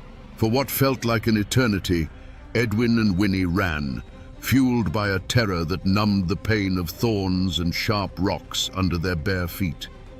The only reality was the weight of the baby in Edwin's arms and the desperate, ragged sound of their own breathing. They finally stumbled out of the tree line and into the clearing of the nearest farmstead, collapsing in a heap of exhaustion and shock. They were a horrifying sight. 2 children covered in scratches, their eyes wide with a horror no words could yet explain, and a wailing infant. But the message they brought didn't need words. It was carried in their silence and their tears.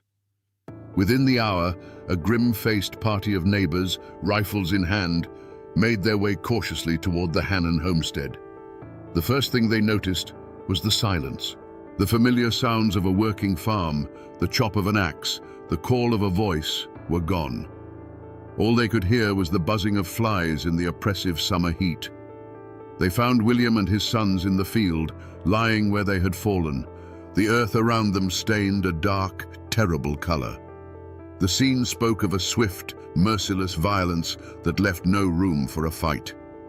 The men's faces hardened as they approached the cabin. The door hung broken on its hinges, a gaping wound in the side of the small home. Inside was a scene of profound violation. The simple furniture was overturned, and in the dim light they saw what the children had fled from: the overturned cradle, the small, still body of the 3-year-old boy. It was a sight that burned itself into the minds of even the most hardened frontiersmen, turning their fear into a cold, diamond-hard rage. The surviving children were taken in, passed from one set of gentle, grieving hands to another. But they were no longer the children they had been that morning. They were ghosts, haunted by what they had seen and heard. Winnie clung to the infant Elizabeth as if the baby were the last anchor in a world that had been washed away by a flood of violence. Edwin, the 10-year-old boy who had saved them, retreated into a silent, watchful place deep within himself.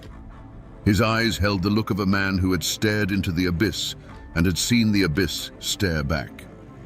The news of the massacre traveled like a shockwave through the scattered settlements of the North Carolina frontier.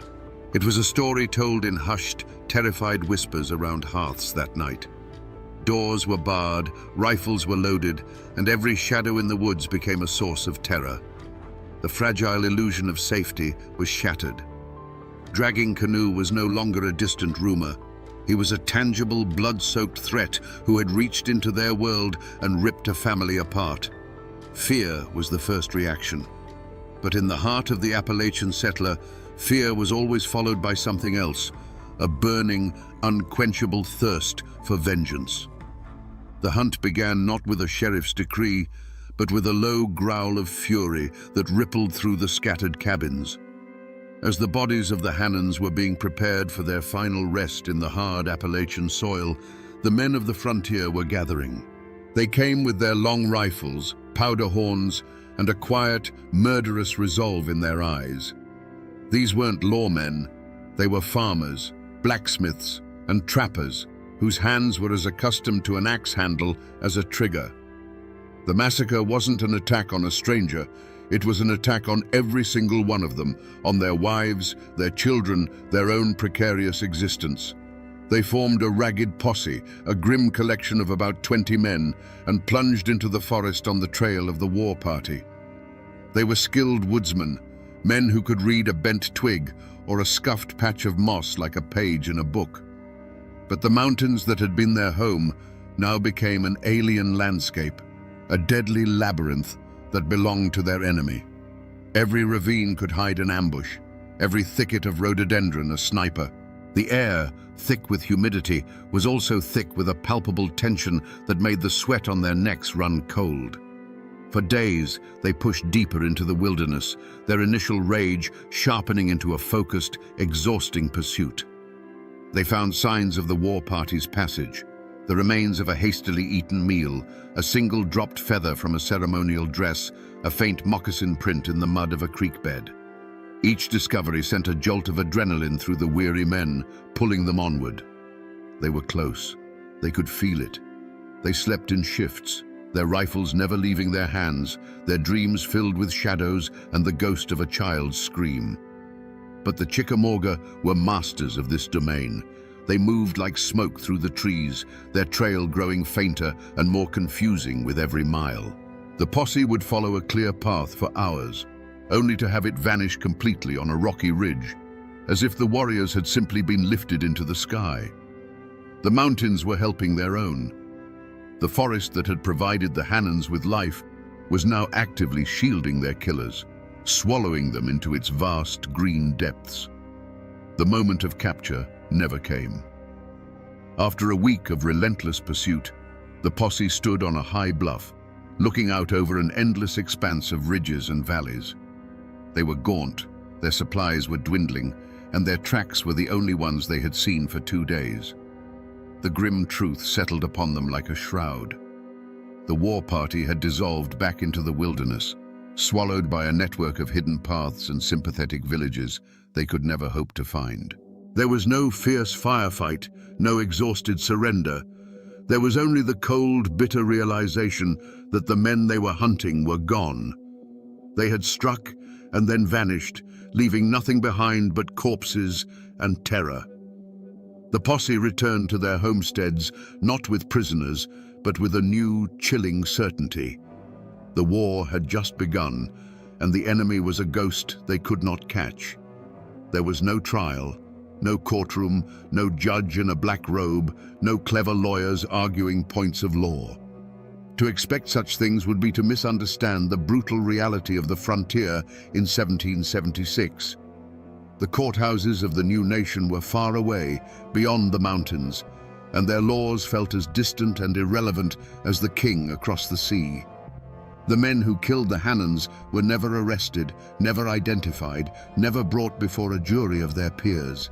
They were simply phantoms who had emerged from the forest and returned to it.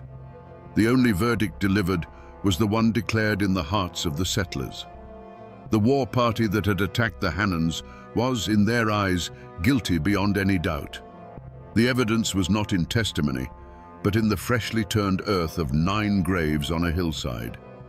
The sentence was not imprisonment, but death. Death not just to the specific warriors who had wielded the hatchets, but to the entire idea of a shared land. The massacre became a justification, a rallying cry that hardened hearts and erased any lingering thoughts of peaceful coexistence. In the place of a formal trial, there was a trial by rumor and fire.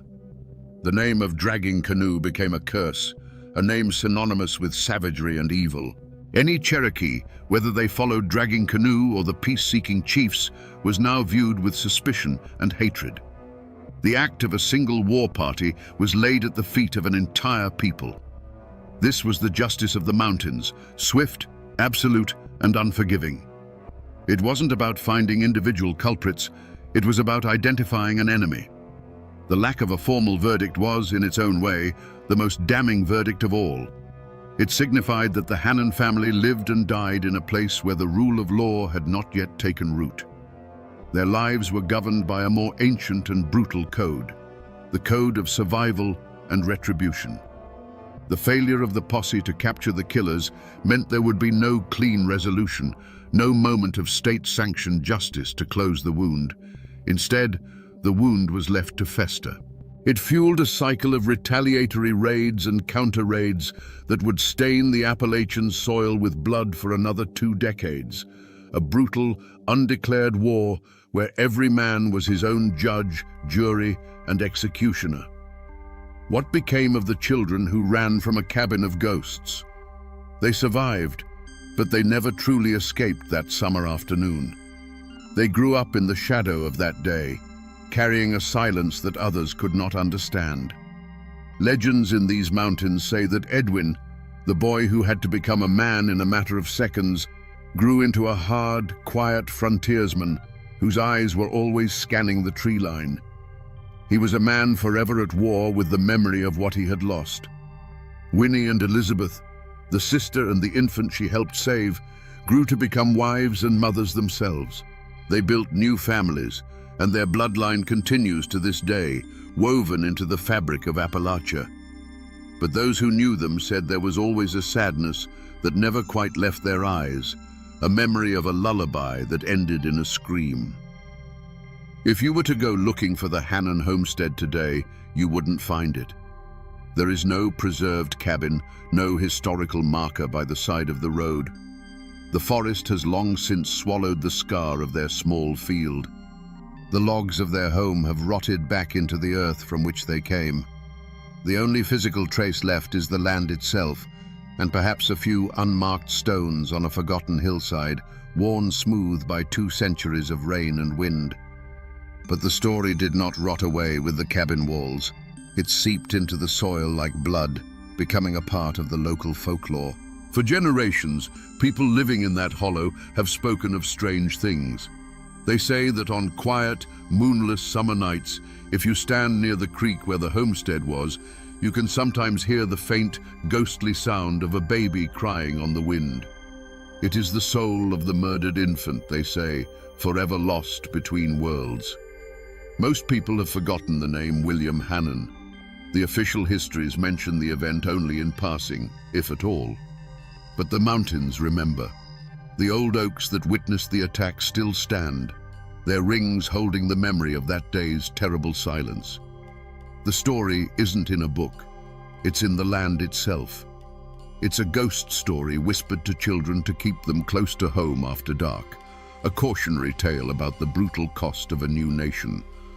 The paper may have forgotten, but the earth never does. So we return to the question that haunted us from the beginning.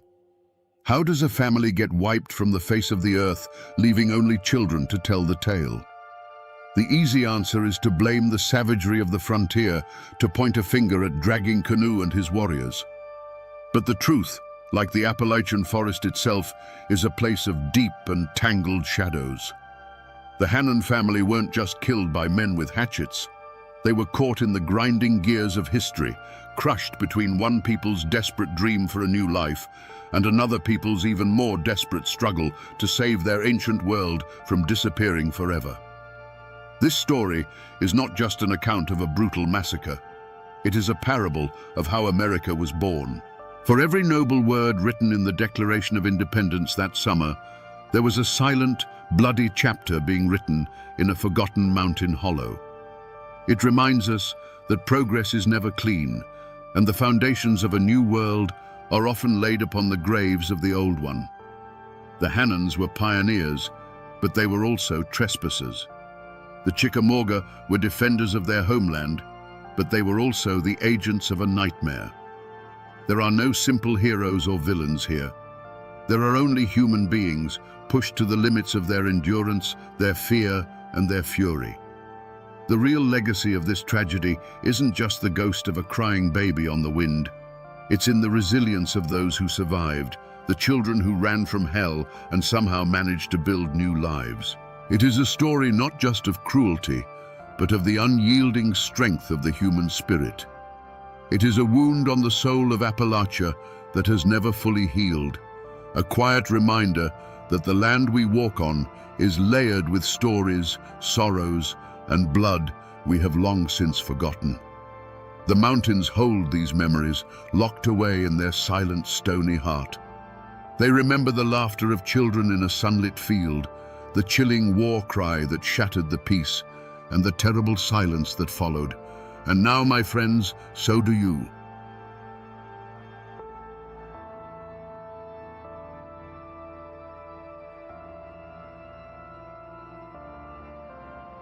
On a snow-dusted morning in Frankfort, Kentucky, a single rifle shot cracked the winter air.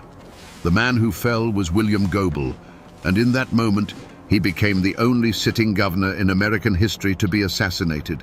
To half the state, he was a savior, a champion of the poor fighting the crushing power of the railroads. To the other half, he was a ruthless tyrant who stole an election and deserved his fate. So, was he a martyr for the common man, or a demagogue who finally met his end? Today, we trace the path that led to that fatal shot, to understand the man behind the legend and the dark truth of his murder. William Goebel was not born to the Kentucky elite. He was an outsider from the very beginning, the son of a German immigrant woodcarver who had fought for the Union Army. Growing up in Pennsylvania and later Covington, Kentucky, a bustling city across the river from Cincinnati, Goebel knew nothing of the bluegrass aristocracy or the ancient codes of the Appalachian hills. He was forged not in a mountain hollow, but in the gritty reality of a working-class border town. His inheritance wasn't land or a family name. It was a towering intellect, a bottomless ambition, and a permanent chip on his shoulder. From a young age, it was clear his mind was his greatest weapon. While other boys played, Goebel devoured books. He was a gifted student who apprenticed under the powerful politician John G. Carlyle, quickly mastering the intricate, often dirty, mechanics of law and politics. He sharpened his mind like a blade, learning that power wasn't something you were given, it was something you took inch by bloody inch. His battlefield was the courtroom and the backrooms of the State House, where he built a political machine that was ruthlessly efficient and fiercely loyal only to him. The moment that truly defined the man, the act that foreshadowed the governor, happened on the streets of Covington. Goebel, then a state senator, had a bitter rivalry with a local banker and political adversary named John Sanford. After a heated exchange of public insults, they met by chance outside Sanford's bank. Words turned to threats. Both men went for their guns. When the smoke cleared, John Sanford lay dead on the cobblestones. Goebel claimed self-defense, arguing Sanford drew first, and a jury acquitted him. But the event became his creation myth. The duel sent a chilling message across the Commonwealth. William Goebel was not a man to be trifled with. He would not be intimidated, he would not be insulted, and he would not back down, even if it meant a lethal confrontation in broad daylight. This single violent act cemented his reputation as a man of cold nerve, a political fighter who took every challenge as a personal war. It was the ultimate demonstration of his personal code. That code was a world away from the clan-based honor of the mountains. Goebel's loyalty wasn't to bloodkin, but to his political cause and the machine he built to serve it. His honor was tied to absolute victory. He saw the law not as a set of sacred principles, but as a tool, a weapon to be wielded against his enemies, the most powerful of which was the Louisville and Nashville Railroad, an entity he viewed as a corporate monster strangling the life out of the common people.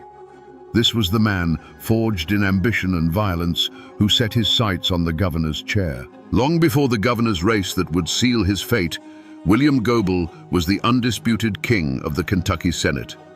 In the years leading up to the storm, he was at the peak of his power, a brilliant and feared legislative tactician.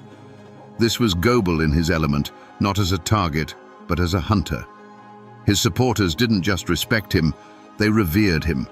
They saw a man who had clawed his way up from nothing, using his formidable intellect to fight for them in the halls of power where they had never had a voice. His life's work was a single-minded crusade against the corporate behemoths that treated Kentucky like a private colony. Chief among them was the Louisville and Nashville Railroad. The L&N wasn't just a company, it was a shadow government. It owned politicians, controlled newspapers, and set freight rates so high that farmers often lost money just trying to get their crops to market. Goebel attacked them relentlessly, pushing for laws to regulate their rates, tax their vast properties, and break their stranglehold on the state's commerce. To the working man, he was David fighting Goliath. Goebel's personal life was entirely consumed by this fight. He was a lifelong bachelor, a man of simple, almost Spartan habits. He had no wife, no children, no home life to retreat to. His law office and the legislative chambers were his only sanctuary.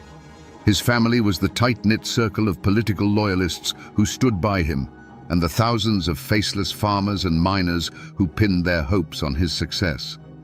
The political crusade wasn't just his career, it was his entire existence. This singular focus earned him a fierce, almost fanatical loyalty from his followers. When he spoke, they heard a man who understood their struggles, who wasn't afraid to name their enemies, and who possessed the cold, hard will to do something about it. They knew he was ruthless. They knew he was a political boss who bent the rules.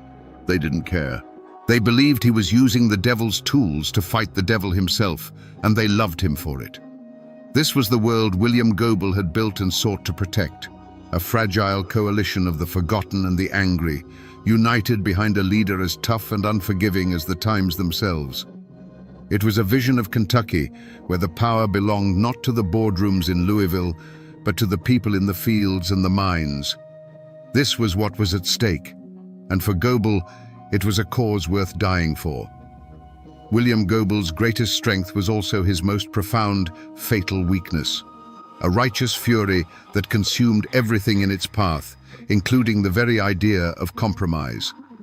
He was so utterly convinced of his own moral superiority in the war against the corporations that he came to believe the rules of democracy were an inconvenience. In his mind, any action that led to his victory was not just justified. It was necessary for the salvation of the common man. He wasn't just fighting for the law, he believed he was the law. Nowhere was this flaw more apparent than in the creation of the infamous Goebel election law. This wasn't just a piece of legislation, it was a masterpiece of political warfare, as brilliant as it was corrupt. Pushed through the legislature by the sheer force of his will, the law created a state election commission, a three-man board controlled entirely by his own party, with the absolute power to review county returns, throw out votes, and certify the final winner. It was a legal mechanism for stealing an election, plain and simple. Republicans and even some of his fellow Democrats were aghast. They called it a license to steal, a force bill, an act of tyranny that destroyed the sanctity of the ballot box. But Goebel was deaf to their outrage.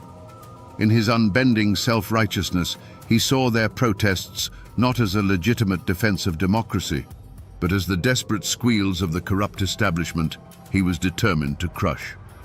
He couldn't see that in his quest to slay a monster, he was becoming one himself. This arrogance made him incredibly vulnerable. He saw his enemies as politicians and lawyers who could be beaten in a courtroom or outmaneuvered in the legislature. He failed to understand that by removing any possibility of a fair fight, he was changing the rules of the game entirely. He was backing men, hard men from the mountains who lived by a different code, into a corner where they felt their only recourse was not the ballot box, but the rifle. The Goebel election law was the ultimate act of pride, the crack in his armor that ran from top to bottom. It was a declaration that he could not and would not lose. By ensuring his own victory, he unknowingly wrote his own death warrant, creating a political powder keg and then daring his enemies to light the fuse. The gubernatorial election of 1899 was not a campaign.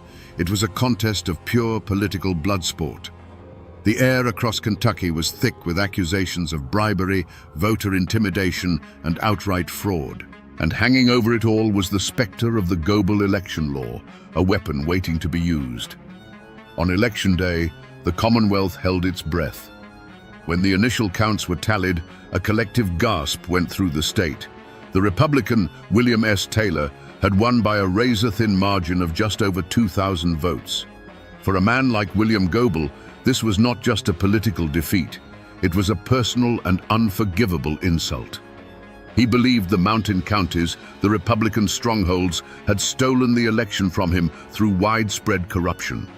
The people, in his view, had been tricked.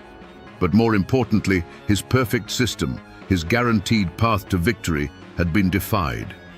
The verdict of the voters was an affront to his entire crusade, and he would not accept it. His reaction was immediate and absolute. He did not hesitate. He did not concede. He declared war. Goebel immediately filed a formal contest of the election, turning the matter over to the very commission he had created. His political machine roared to life, preparing to use the full, crushing weight of the Goebel election law to invalidate just enough votes in Republican counties to reverse the outcome. To the Republicans, this was the ultimate betrayal of democracy. They had won the fight, and now Goebel was moving to steal the prize in broad daylight. This was the moment the conflict moved from the ballot box to the barrel of a gun. Enraged by Goebel's blatant attempt to overturn the election, Republican leaders sent out a call to arms. From the mountains of eastern Kentucky, a river of angry armed men began to flow towards Frankfort. These were not politicians. They were coal miners, farmers, and feudists, men with rifles on their shoulders and generations of distrust for the bluegrass Democrats in their hearts. They came by the trainload, over 1,000 strong, to make sure their governor, William Taylor, was inaugurated and that Goebbels' commission did not dare to steal their victory. Frankfurt was no longer a capital, it was a tinderbox.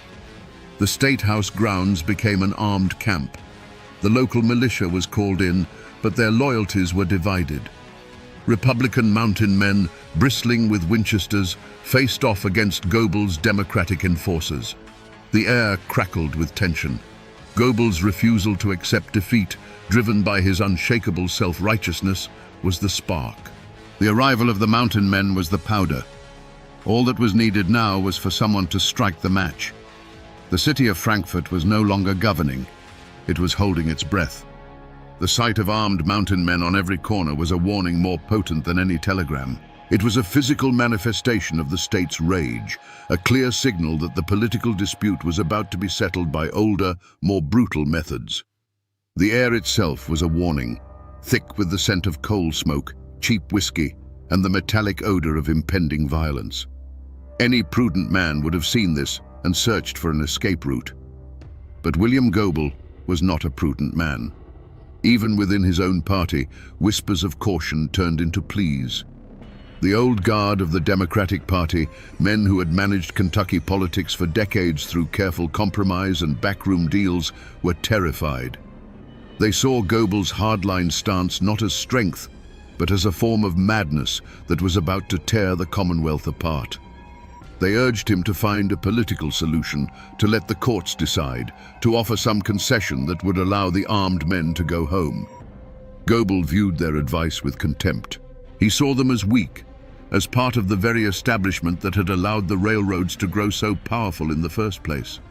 His own bodyguards, former lawmen chosen for their nerve and loyalty, begged him to take precautions. They saw the cold, hard looks in the eyes of the mountain men. They knew a dozen good places for an ambush between Goebbels' hotel and the state capitol. They pleaded with him to vary his routine, to take a carriage, to stay indoors until the legislature had officially declared him governor. Goebel refused. To show fear in his mind was to show weakness. He would walk the same path to the Capitol every day in open defiance. It was a daily act of political theater, a silent declaration that he was not afraid of these railroad thugs. You have to understand, Goebel was so completely consumed by his crusade that he was blind to the nature of the threat. He saw the armed men not as a legitimate popular uprising, but as a rented army, paid for by the L&N Railroad. He believed they were bluffing, a show of force meant to intimidate him. He could not comprehend that for these men, this was not about money. It was about honor. They believed their votes had been stolen, their will had been spat upon, and they were prepared to kill and die to defend it. Every action he took pushed the situation closer to the brink. He pressed forward with the election contest, showing no signs of slowing down. He made public statements that were defiant and inflammatory, pouring fuel on an already raging fire. Each day that he walked, chin held high, past the glowering crowds of his armed enemies, he was rejecting another chance for peace. He was making his choice over and over again. With every warning ignored and every offer of caution rebuffed, the path narrowed. He had slammed and bolted every exit. The political machinery for overturning the election ground forward, and in response, the informal machinery of mountain justice began to grind as well. A violent outcome was no longer a possibility. It was an appointment William Goebel was striding with grim determination to keep. On the night of January 29, 1900, Frankfurt was a city holding its breath in the dark. The state teetered on the precipice of civil war. It was on this night, in the tense quiet of his room at the Capitol Hotel, that William Goebel was presented with one last, clear chance to walk away from the abyss. The offer came not from his enemies, but from his oldest friends, the seasoned democratic leaders who now saw the abyss yawning before them. They came to him not as politicians, but as men pleading for the life of a friend and the soul of their state. They laid out a compromise, a final, desperate off-ramp. They would broker a deal with the Republican leadership. Both Goebel and Taylor would stand down, and a new, fair election would be held under the supervision of a neutral committee. It was a path back from the brink, a way to let the armed men go home and settle the matter with ballots, not bullets. It would cost Goebel the governor's chair for now, but it would save his life. For a long moment, the fate of Kentucky hung in the air of that smoke-filled room. You can just imagine the scene, the earnest, fearful faces of his allies, the muffled sounds of the armed camp outside, and William Goebel, silent, listening. This was his final crossroads. He could accept the compromise, live to fight another day, and pull his state back from the edge of chaos. He could choose life, or he could choose his crusade. But to William Goebel, compromise was just a prettier word for surrender. In his mind, to accept their offer was to admit that the L&N Railroad's army of thugs could stare down the will of the people and win. It was a betrayal of every farmer, every miner, every forgotten man who had placed his faith in him. A cold fire burned in his eyes. He cut his friends off with a sharp wave of his hand and gave them his answer. He would not back down. The election contest would proceed. He would be governor. And in that moment, in that quiet hotel room, the decision was made. He consciously and deliberately rejected the final offer of peace. His friends left his room that night with the heavy hearts of men who had just left awake. William Goebel stood alone, looking out his window toward the darkened dome of the old state capitol. He had an appointment to keep with destiny, and William Goebel was not a man to be late. The morning of January 30th was bitter cold. A thin blanket of snow covered Frankfurt, muffling the sounds of the city and painting the world in shades of grey and white. William Goebel buttoned his overcoat and stepped out into the frigid air. As always, 2 bodyguards fell into step beside him. It was a short walk from his hotel to the old state capitol, a walk he had made countless times, a walk that had become a daily act of defiance against the armed men who watched him from every corner. He was not thinking about rifles. He was thinking about victory. The legislature was set to meet that day, and he knew he had the votes. The long, brutal fight was almost over. The world around him seemed to fade into a blur of grim-faced men in wool coats and slouch hats. Their glares were meaningless. He was a creature of the law, of legislative maneuvering, of the backroom deal. The raw, physical threat of these mountain men felt primitive, almost irrelevant, to the game he was about to win. As he approached the Capitol grounds, the familiar crunch of his boots on the snow-covered path was the only sound in his world. He walked past the iron fountain, its water frozen into a silent sculpture. The grey limestone facade of the Capitol building loomed before him, the symbol of the prize he had fought for his entire life. The world narrowed to that single point, that doorway through which he would walk in a matter of hours as the rightful governor of Kentucky. Then a sound, sharp and violent, split the winter air. It wasn't the sound of an argument or a carriage backfiring. It was a single, dry crack, like a massive tree branch snapping in the frozen woods. It was a sound of finality. For an instant, William Goebel felt nothing. Then a giant, invisible hand seemed to slam into his chest, stealing his breath and knocking him from his feet. The world pitched sideways, the grey sky and the stone Capitol swapping places. He was on the ground, the impossible cold of the snow soaking through his coat, a white-hot fire spreading through his body. He looked up, his mind struggling to understand what had just happened. Confusion gave way to a strange, chilling clarity. He saw the panicked faces of his bodyguards leaning over him. He could hear shouting now, a chaos of running feet and horrified screams erupting around him. He knew, in that moment, that the game was over. The rules had been changed.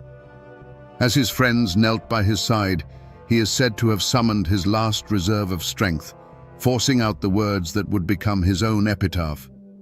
"Tell my friends to be brave and fearless and loyal to the common people."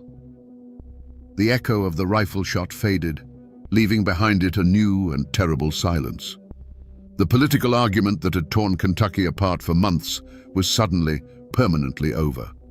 A single, unseen finger had pulled a trigger, and in the space of a heartbeat had plunged a Commonwealth into darkness.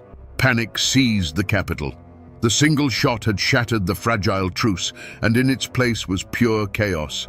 Goebbels' allies, their faces masks of fury and disbelief, swarmed around their fallen leader. They lifted his bleeding body from the frozen ground and carried him, not to a hospital, but back to the Capitol Hotel. The hotel, which had been his political headquarters, was about to become his death chamber, his hospital, and, for a few fleeting days, the governor's mansion. Inside, as doctors worked frantically to save him, Goebel drifted in and out of consciousness. The bullet had torn through his lung, and every breath was an agony. But in the moments of lucidity, his state of mind was not one of regret or fear. It was one of cold, unyielding resolve. His body was a ruin, but his mind was still a fortress. He was told the legislature was in an uproar, that his enemies were in disarray. He knew, even as his life was draining away, that this was his moment.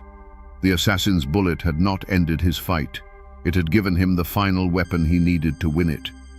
While Goebel lay dying, his political machine, the most formidable in Kentucky, executed its final, brilliant, and ruthless maneuver. With the Capitol in an uproar and the Republicans reeling from the accusation of murder, the Democratic-controlled legislature moved with breathtaking speed.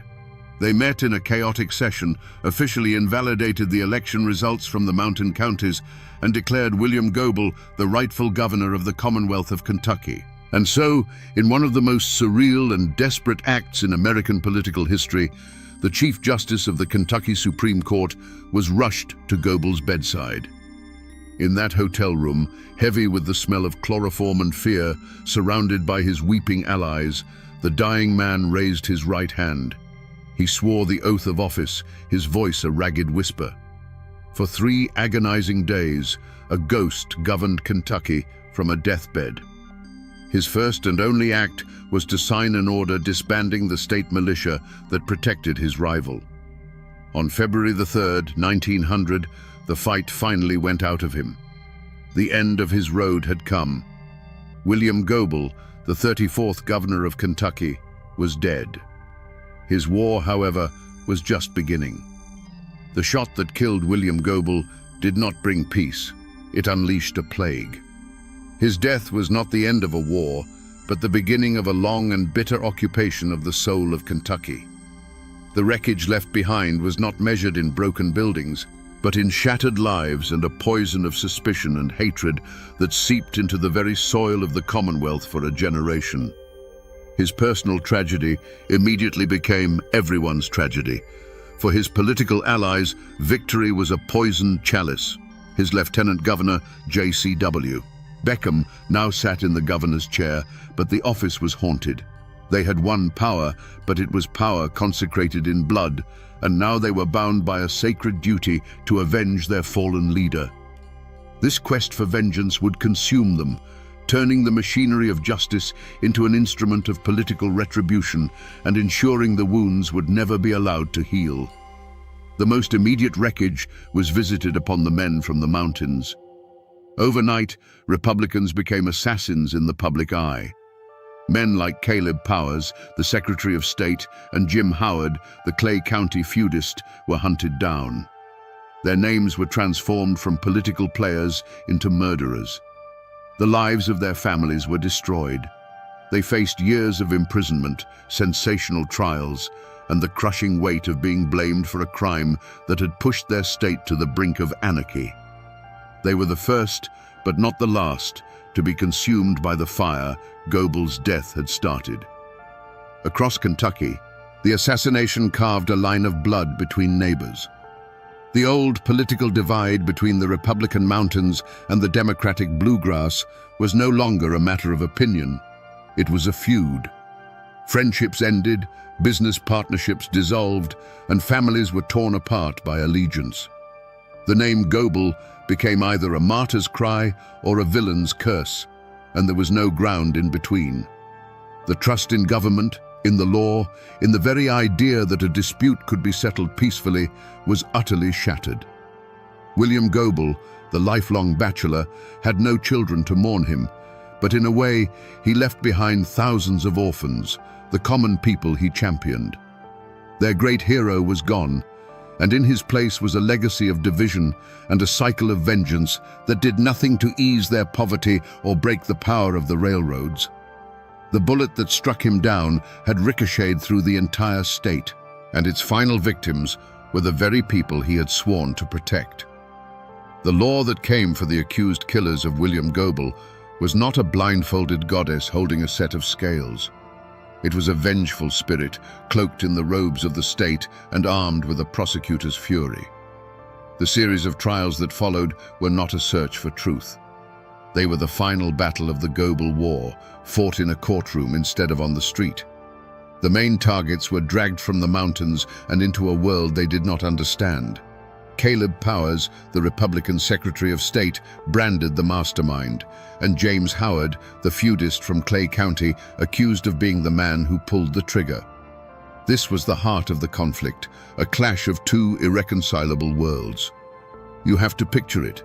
A man like Jim Howard, a product of the Clay County feuds where disputes were settled face-to-face with a revolver, being tried by the complex machinery of state law. The prosecution painted him as a cold-blooded assassin, a hired gun. But to men who lived by the mountain code, assassination was a coward's work. The code demanded you look your enemy in the eye. The idea of shooting a man in the back from a hidden window was not just a crime, it was a profound dishonor, a stain on a man's name worse than death itself. Howard and Powers defended themselves with a simple, rugged denial that seemed hopelessly naive against the state's intricate, politically charged conspiracy theories.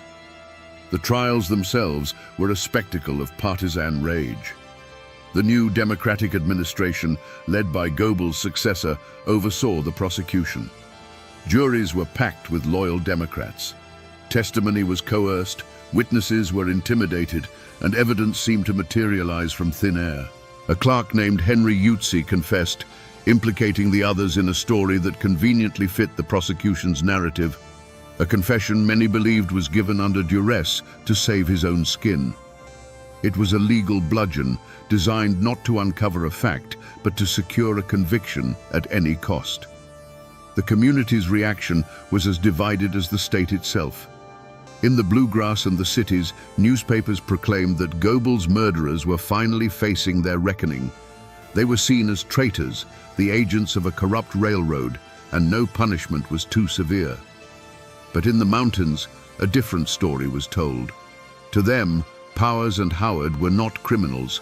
They were political prisoners, martyrs framed by the very same democratic machine that had stolen the election.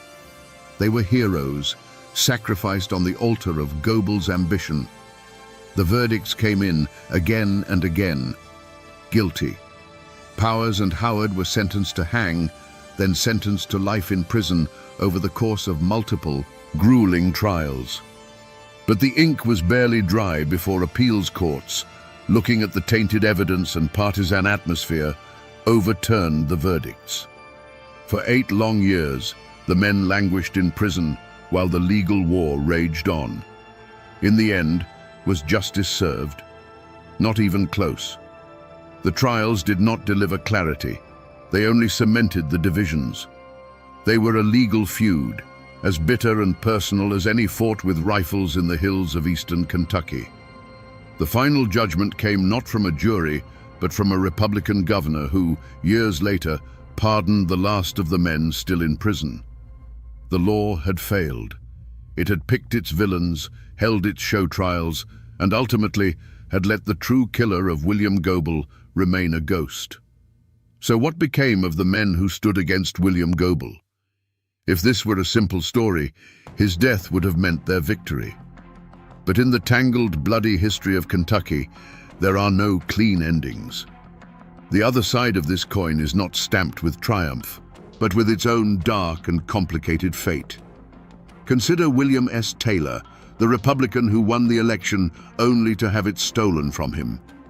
Did he rise to power over his rival's grave? No. He became a man without a country. Implicated in the assassination plot and facing indictment by a vengeful Democratic administration, Governor Taylor was forced to flee. He escaped across the river into Indiana, a political exile, never to set foot in his home state again. He lived out the rest of his days as an insurance lawyer in Indianapolis, a man who won an election and lost everything. And what of the true antagonist, the shadow government that Goebel had dedicated his life to fighting? The L&N Railroad had seemingly won the ultimate victory. Their most dangerous and implacable enemy was gone, silenced forever. But the ghost of William Goebel proved to be a more formidable foe than the man ever was. His assassination transformed him from a ruthless politician into a populist martyr. His name became a holy word, a rallying cry for the very reforms he had championed. The movement he started didn't die with him. It was consecrated by his blood, and the fight against the railroad monopolies continued with a religious fervor for years to come. In the end, no one truly won. The men accused of the murder saw their lives shattered. The governor who defeated Goebel at the polls died in exile, and the corporation that wanted him gone created a legend that would haunt them for a generation. The other side of the coin, it turns out, was just as cursed. In the years that followed, Kentucky did not so much heal as it learned to live with a festering wound. The aftermath of the assassination was not a period of reconciliation, but one of grim consolidation. William Goebel left behind no wife or children, but he did have descendants of another kind, the political machine he built and the cause he embodied. His hand-picked successor, J.C.W. Beckham, rode a wave of public sympathy and righteous anger, establishing a Democratic dynasty that would dominate Kentucky politics for decades. The Goebel Democrats, once the insurgents, now became the establishment, their power cemented by the blood of their martyr. For the families of the accused, the legacy was a curse. Even after the eventual pardons, the names of Powers and Howard were forever stained. Their children and grandchildren grew up in the long, cold shadow of the gallows, marked as the kin of assassins. They lived under a cloud of suspicion and shame, a constant, unspoken reminder of the state's darkest hour. For them, the trials never truly ended. They simply became a life sentence of inherited infamy, a ghost they could never escape. The community of Frankfort and Kentucky as a whole rebuilt itself by choosing to forget. A great, unspoken pact of silence descended upon the state. The assassination was too traumatic, the divisions too deep, the truth too murky. To speak of it was to risk reopening the wound, to reignite the hatreds that had almost plunged the Commonwealth into civil war. So they buried it. The story became a dark whisper, a piece of forbidden history passed down in hushed tones, a communal trauma hidden beneath a blanket of polite, desperate silence. But beneath that silence, the power dynamics of the state had been fundamentally and irrevocably altered. The Republican Party in Kentucky was crippled, branded as the party of murderers, a stigma that would take them more than a generation to overcome. And ironically, the L&N Railroad, the great corporate beast Goebel had fought, found itself facing a far more hostile world. Goebel the man could be beaten, but Goebel the martyr was invincible. His death had galvanized the public against corporate overreach in a way his political maneuvering never could. The fall of the man had ensured the rise of his cause. If you walk the grounds of the old state capitol in Frankfort today, you can still feel the chill of that January morning. A bronze plaque marks the very spot where William Goebel fell, a silent testament to the moment Kentucky's history was violently broken. You can look across the lawn to the old state annex building, to the third-floor window from which the fatal shot was fired, and feel a shiver crawl down your spine. The buildings are now museums, But on that patch of ground, the past is not past. It is a cold spot that never thaws. A short drive away, in the Frankfurt Cemetery, stands Goebbels' final monument, one of the grandest in the state. A towering obelisk pierces the sky, with a bronze statue of the man, defiant even in death, standing guard. His grave is not a place of quiet rest. It is a political statement carved in stone, a permanent declaration of his martyrdom. It's a pilgrimage site for political junkies and history buffs, a physical reminder of the man who became more powerful in death than he ever was in life. But Goebbels' ghost doesn't just haunt these physical places. It lives in the stories. His assassination became the stuff of legend, a dark and bloody folk tale told in the back rooms of the State House and around kitchen tables in the mountains. Folk singers wrote ballads about the man who fought the railroad and was shot down in the snow. His name became a cautionary tale whispered to young, ambitious politicians, a warning about the deadly consequences of pride and the refusal to compromise. The story persists more than a century later because it is a perfect, unsolved mystery. The question of who truly killed William Goebel was never answered, and so it can never die. Was it the Mountain Republicans avenging a stolen election? Was it a shadowy railroad conspiracy silencing a threat to their profits? Or was it the darkest theory of all, a dissident Democrat, tired of his tyrannical rule, who pulled the trigger knowing his enemies would take the fall? The lack of a definitive answer allows the ghost to belong to everyone, his legend shaped and reshaped to fit any political narrative. And so, the spirit of William Goebel still walks the halls of Kentucky politics.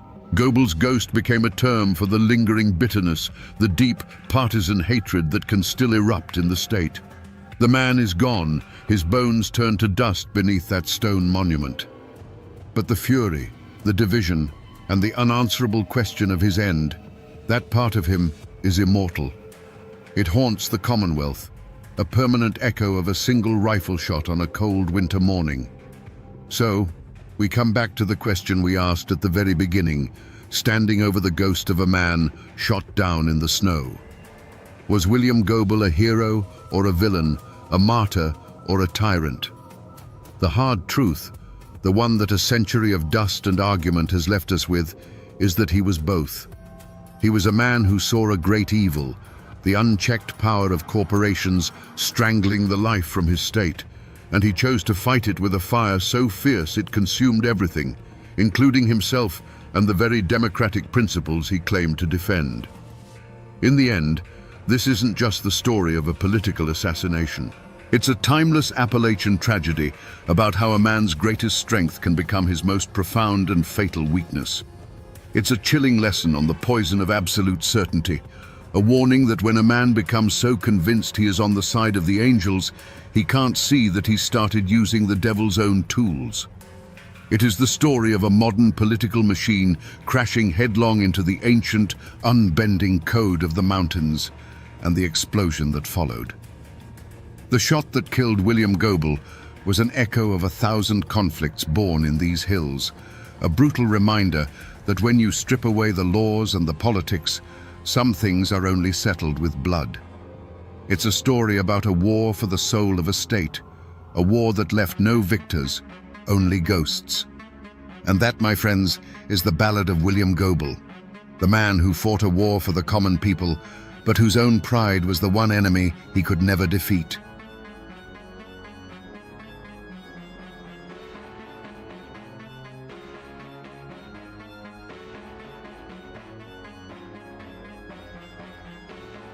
Imagine the deepest, darkest night in the Ozark Hills, where the silence is shattered not by a scream, but by the thunder of hooves.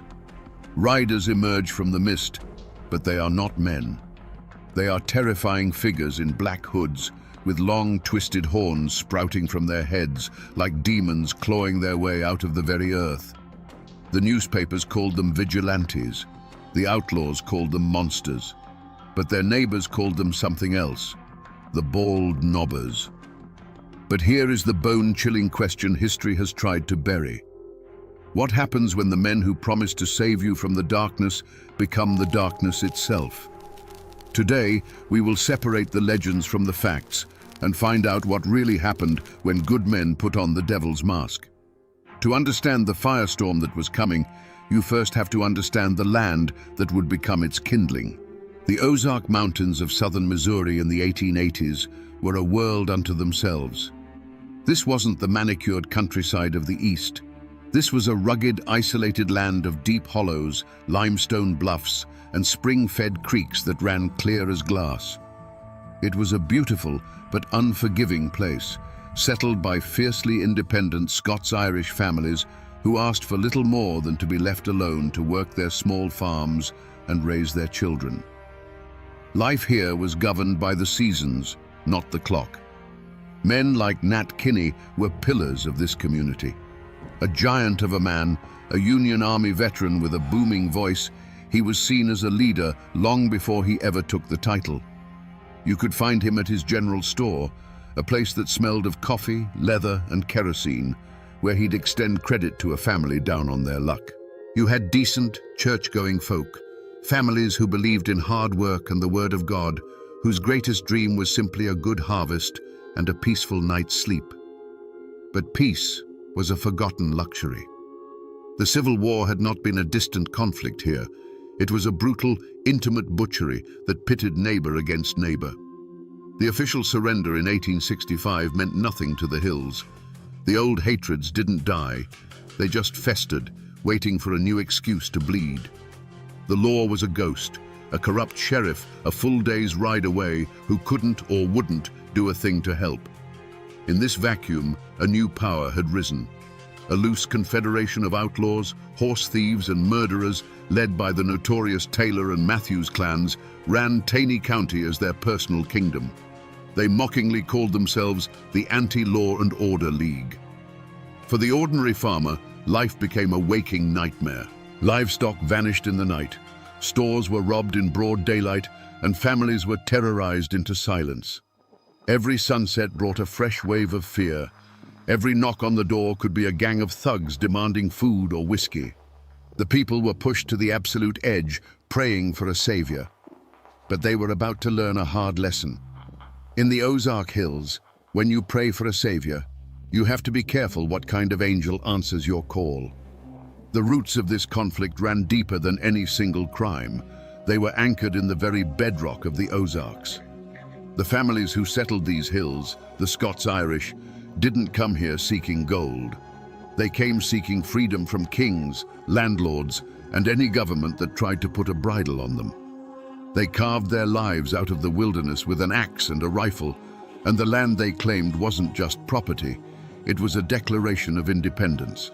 This patch of earth, this creek bottom, this ridge, it was a legacy paid for in sweat, heartbreak, and blood. To threaten a man's land was to threaten his soul. But the most poisonous memory, the wound that never healed, was the Civil War. Here, it wasn't a war of uniforms and battlefields. It was a war of ambush and arson, fought between neighbors. Pro-Confederate bushwhackers and pro-Union jayhawkers turned the Ozarks into a slaughterhouse. A man might see the neighbor he'd helped raise a barn with the year before, riding toward his home with a torch in his hand. The official surrender at Appomattox was just a whisper from a world away. In these hills, the war never truly ended. It just went quiet. The hatreds were passed down from father to son like a family Bible. The Anti-Law and Order League wasn't born in a vacuum. It was the direct descendant of the bushwhacker gangs. Families like the Taylors and the Matthews had ridden for the Confederacy, and they saw the post-war government as a hostile, occupying force. For them, robbing and terrorizing their old Unionist neighbors wasn't just crime, it was a continuation of the war. They were settling old scores that the history books said were already settled. In this land, a family name was a heavy thing. It was your history, your allegiance, and your honor, all rolled into one. To be a Taylor or a Matthews meant you remembered the wrongs done to your kin during the war, and you never, ever let them go unavenged. To be a Kinney, a proud Union veteran, meant you believed in order, in the flag, and in the idea that the war was over and the law should be respected. The coming storm wasn't just about crime. It was the ghosts of the Civil War rising from their shallow graves, ready to fight one last time. The ground wasn't just fertile for a feud, it was salted with the blood of the last one.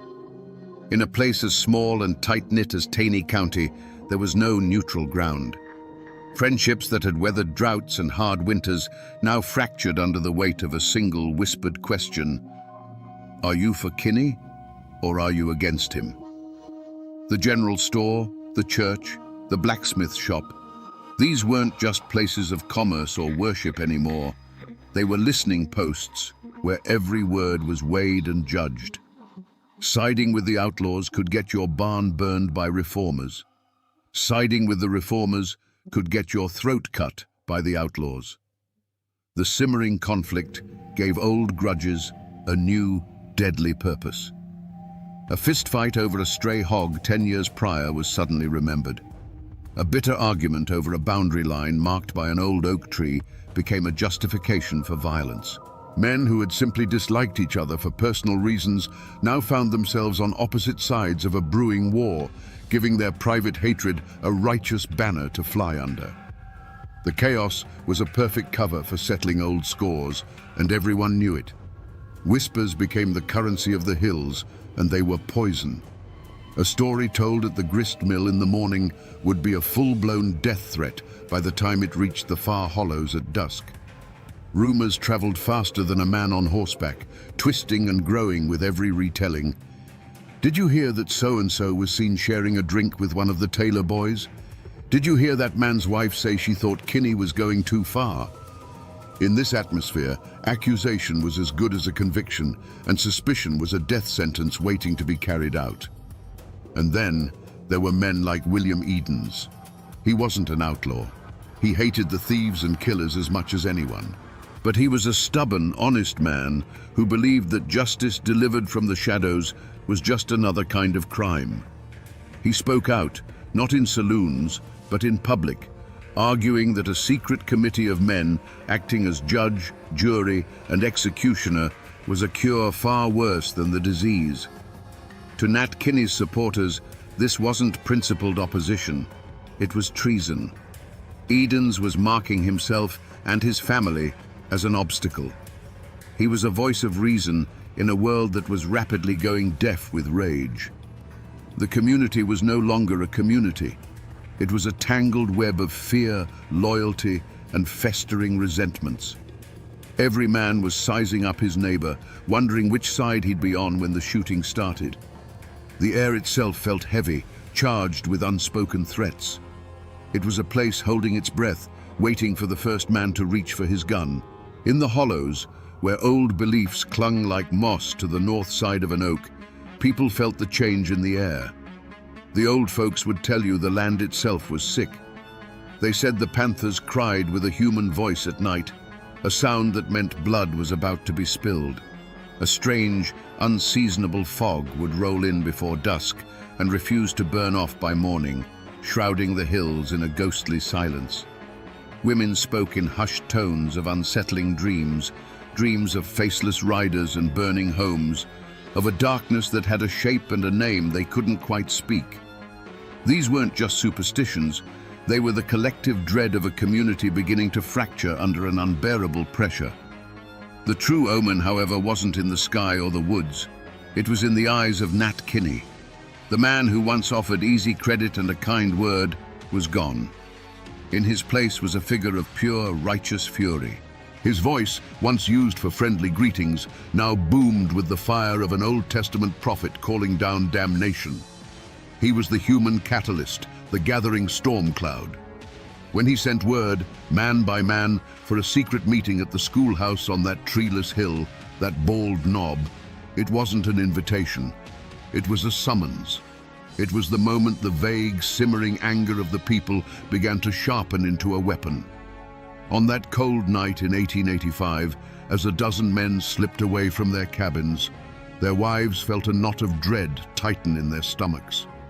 They saw their husbands clean their rifles, not with the calm focus of a man going hunting, but with the grim determination of a man going to war. They didn't know the specifics of the meeting, but they understood its nature. This wasn't about building a new fence or organizing a church social. This was about blood. They were trying to cast out the devil, but they couldn't shake the terrible feeling that to do so, their husbands were about to invite a whole new kind of demon into their homes. The shadow of what was to come was already falling across their doorsteps. Inside that cold schoolhouse, by the flickering light of a single lantern, Nat Kinney's voice was a clap of thunder. He laid out the nightmare they were all living, the stolen livestock, the terrorized families, the mockery of the law. He told them that if the government had forsaken them, then they would have to become their own government. If the law wouldn't protect them, they would become the law. That night, they swore a blood oath of secrecy and allegiance. They were no longer just a dozen angry farmers. They were an army. They were the bald knobbers. And an army needs an enemy to fight. They didn't start with the hardened outlaws. Their first target was chosen carefully, a notorious wife-beater, a man despised by the community but untouchable by the law. One moonless night, the silence of a lonely hollow was shattered by galloping hooves. The man was dragged from his bed, not by his neighbors, but by a circle of horned, silent demons. They tied him to a tree and whipped him raw with a hickory switch. They didn't speak a single word. When they were done, they melted back into the darkness, leaving him bleeding and terrified. It was a message, brutal and clear. There was a new power in the hills, a power that saw everything. The reaction was immediate. Decent folk, who had lived in fear for so long, breathed a collective sigh of relief. The whispers were no longer of fear, but of gratitude. Justice had been done. This success was like a drug to the bald knobbers. It emboldened them, swelling their ranks and hardening their resolve. They moved from punishing social outcasts to targeting the outlaws themselves. They burned down the corrupt saloons and gambling dens that served as the gang's headquarters, a direct assault on their power. The true point of no return came a few weeks later. A crude notice was nailed to the door of a known horse thief's cabin. It didn't have a signature, only a crude drawing of a horned mask. It gave the man and his associates 24 hours to leave Taney County. There was no negotiation, no trial. It was an ultimatum: leave or be found hanging from an oak tree. This was no longer about punishing a single sin. This was a declaration of war. The bald knobbers had taken it upon themselves to cleanse the entire county by force. The first drops of blood, drawn by a hickory switch, had been a test. Now, having found their power, they were promising a flood.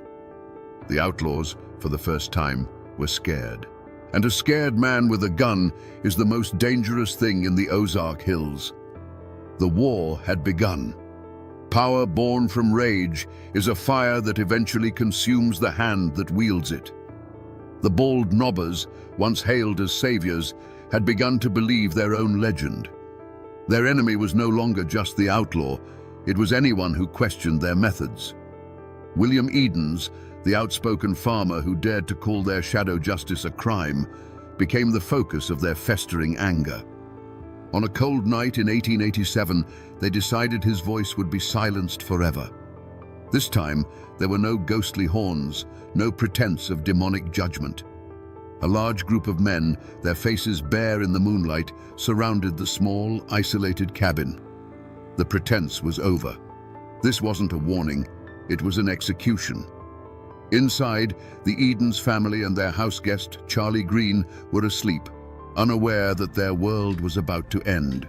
The first sound was not a knock, but a chorus of angry shouts from all sides, a predator's cry that left no room for escape. Then, the night exploded. It wasn't a single shot, but a deafening, continuous roar as dozens of rifles opened fire at once. The thin wooden walls of the cabin offered no protection. They might as well have been made of paper. the air filled with the shriek of splintering wood and the high-pitched shattering of the window panes. Inside, it was a hurricane of lead and splinters. The lantern on the table danced crazily from the impacts before its glass chimney burst, plunging the room into a terrifying darkness pierced only by the muzzle flashes from the tree line. Through the eyes of Edens' wife, it was a nightmare of incomprehensible chaos. She felt a searing pain in her own body as she fell. She heard a sharp final gasp from her husband, followed by the heavy, dull thud of his body collapsing onto the floorboards he had laid with his own hands. From the corner where their guest, Charlie Green, had been sleeping, there was a second thud, and then a profound silence. The attackers kept firing long after any movement inside had ceased, their fury needing to exhaust itself into the unresisting wood. And then, just as suddenly as it began, the shooting stopped. The silence that rushed back in was heavier, more terrifying than the noise. The only sound was the wind whistling through the new, ragged holes in the walls. The sharp, acrid smell of gunpowder hung in the air, thick enough to taste. It was the smell of murder. When the first rays of dawn finally crept into the shattered cabin, they illuminated a scene of utter devastation. The moonlight streamed through dozens of fresh holes in the walls, creating a horrifying constellation of death. There were no masks, no warnings, no hickory switches. This wasn't vigilante justice. This was a cold-blooded massacre. The bald knobbers had crossed a line from which there was no return. The heroes of the Ozarks were now just murderers. To the men who surrounded that cabin, this wasn't murder. It was a grim, necessary surgery. In their minds, William Edens was not an innocent man exercising his right to speak. He was a cancer. His words were a poison that threatened to undo everything they had accomplished. They had faced down killers and thieves. They had brought a semblance of peace to a land of terror. And now this one man, with his talk of process and law, was giving comfort to the enemy. He was making them look like villains, turning the very people they'd sworn to protect against them. Their logic was twisted but terrifyingly simple. If Edens turned the community against them, the outlaws would rise again, and the old nightmare would return. To save the county, Edens had to be silenced. The transformation from savior to killer had been gradual, almost imperceptible. It began the first time a man used his horned mask to settle a personal score. It grew each time they took a fine that felt more like extortion. The righteous fire had slowly burned down into the cold, hard ash of self-preservation. The switch flipped the moment they realized that Edens' arguments were working. The fear of losing control, of being exposed, arrested, and hanged by the very law they had replaced, became a paranoia that consumed them. The mission was no longer about saving Tiny County. It was about saving the bald knobbers from their own destruction. That is why they didn't wear their masks that night. This wasn't a symbolic act of justice. It was a personal, brutal act of elimination. But what did they feel as they walked away from that bullet-riddled cabin, leaving the smell of gunpowder and death hanging in the night air? There was no triumph. There was no righteous satisfaction. There was only a cold, hollow pit in their stomachs. The adrenaline of the firefight faded, replaced by the deafening silence of what they had done. They had just slaughtered a man in his bed, in front of his wife. They had become the very monsters they once hunted, night-riding killers who brought terror to the innocent. On the dark ride home, a few might have tried to justify it with hollow bravado, muttering it had to be done. But in the quiet of their own homes, alone with their thoughts, the truth would be waiting.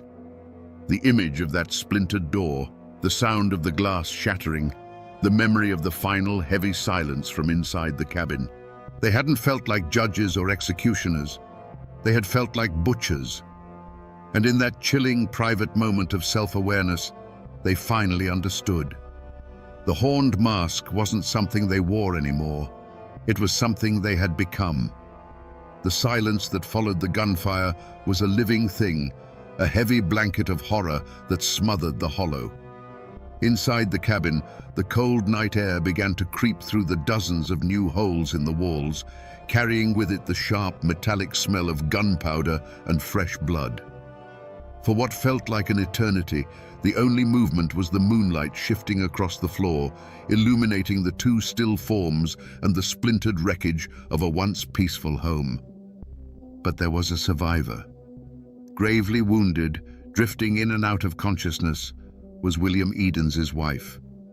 The pain was a fire in her body, but a colder, fiercer fire burned in her mind, the need to bear witness. She could not let them get away with this. She couldn't scream. Her lungs wouldn't obey. So she began to crawl, dragging her wounded body across the floor, past the body of her husband, out the shattered door, and into the freezing mud of the yard. Every foot was an agony, a testament to a will that refused to be extinguished by a volley of bullets. Her destination was the nearest neighbor, a lifetime away in the darkness. When the first neighbors arrived at dawn, summoned by the wounded woman's desperate gasps, they were met with a scene that would be forever seared into their minds. This wasn't the work of outlaws. This was something different, something more terrifying. The sight of William Edens, a good and honest man, lying dead on his own floor, turned the community's stomach. The awe and respect many had held for the bald nobbers curdled into pure, unadulterated horror. They hadn't just killed a man, they had murdered a neighbor in his bed.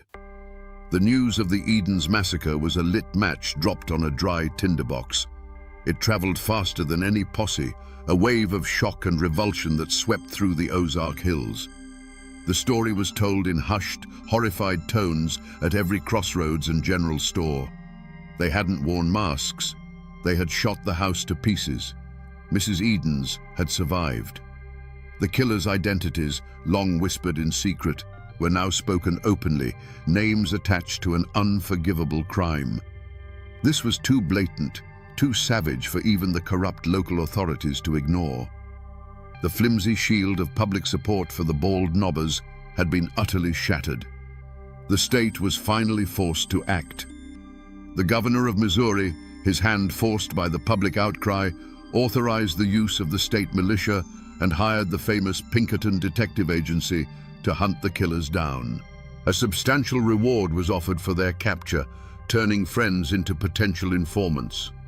The hunt was on, not just by a local sheriff, but by the full, vengeful power of the law they had so arrogantly replaced. The hunters had officially become the hunted. The murder of William Edens was not a stone dropped in a pond. It was an earthquake that split Taney County right down the middle. There was no more gray area, no room for neutrality. The invisible lines of allegiance that had been forming for months were now drawn in blood. You were either for the bald nobbers, believing they were the only thing standing between order and chaos, or you were against them, believing they had become a murderous tyranny. The question was whispered over fence posts, argued in hushed tones in the back of the general store, and sometimes settled with fists in the dusty street. Families who had shared pews for generations now glared at each other over the tops of their hymnals, the preacher's words about forgiveness ringing hollow and meaningless. The community, once a source of strength, was now a web of suspicion. Every shadow could hold a spy, and every friendly greeting could be a test. A conspiracy of silence fell over the hills, but it wasn't the silence of ignorance. Everyone knew who pulled the triggers that night. The killers were their neighbors, their cousins, the men they'd helped raise barns with. But to speak that knowledge aloud was to paint a target on your own family's door. Fear was a gag in the mouth of justice. In response to this new terror, an opposition finally took shape. They called themselves the Anti-Bald Nobbers.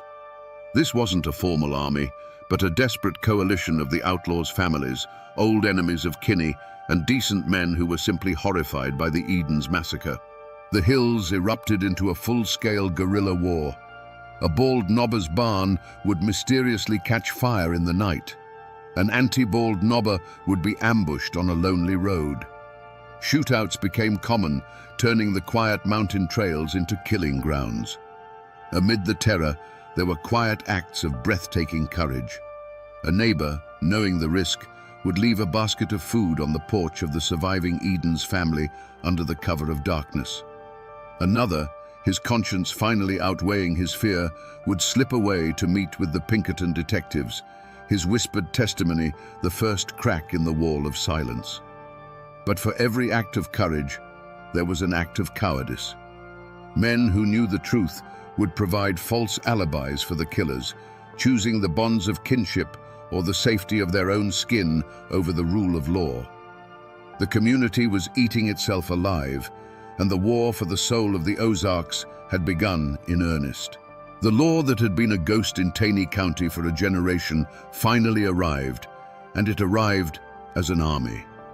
The state militia, disciplined and impersonal, marched into the hills, their blue uniforms a stark contrast to the greens and browns of the Ozarks.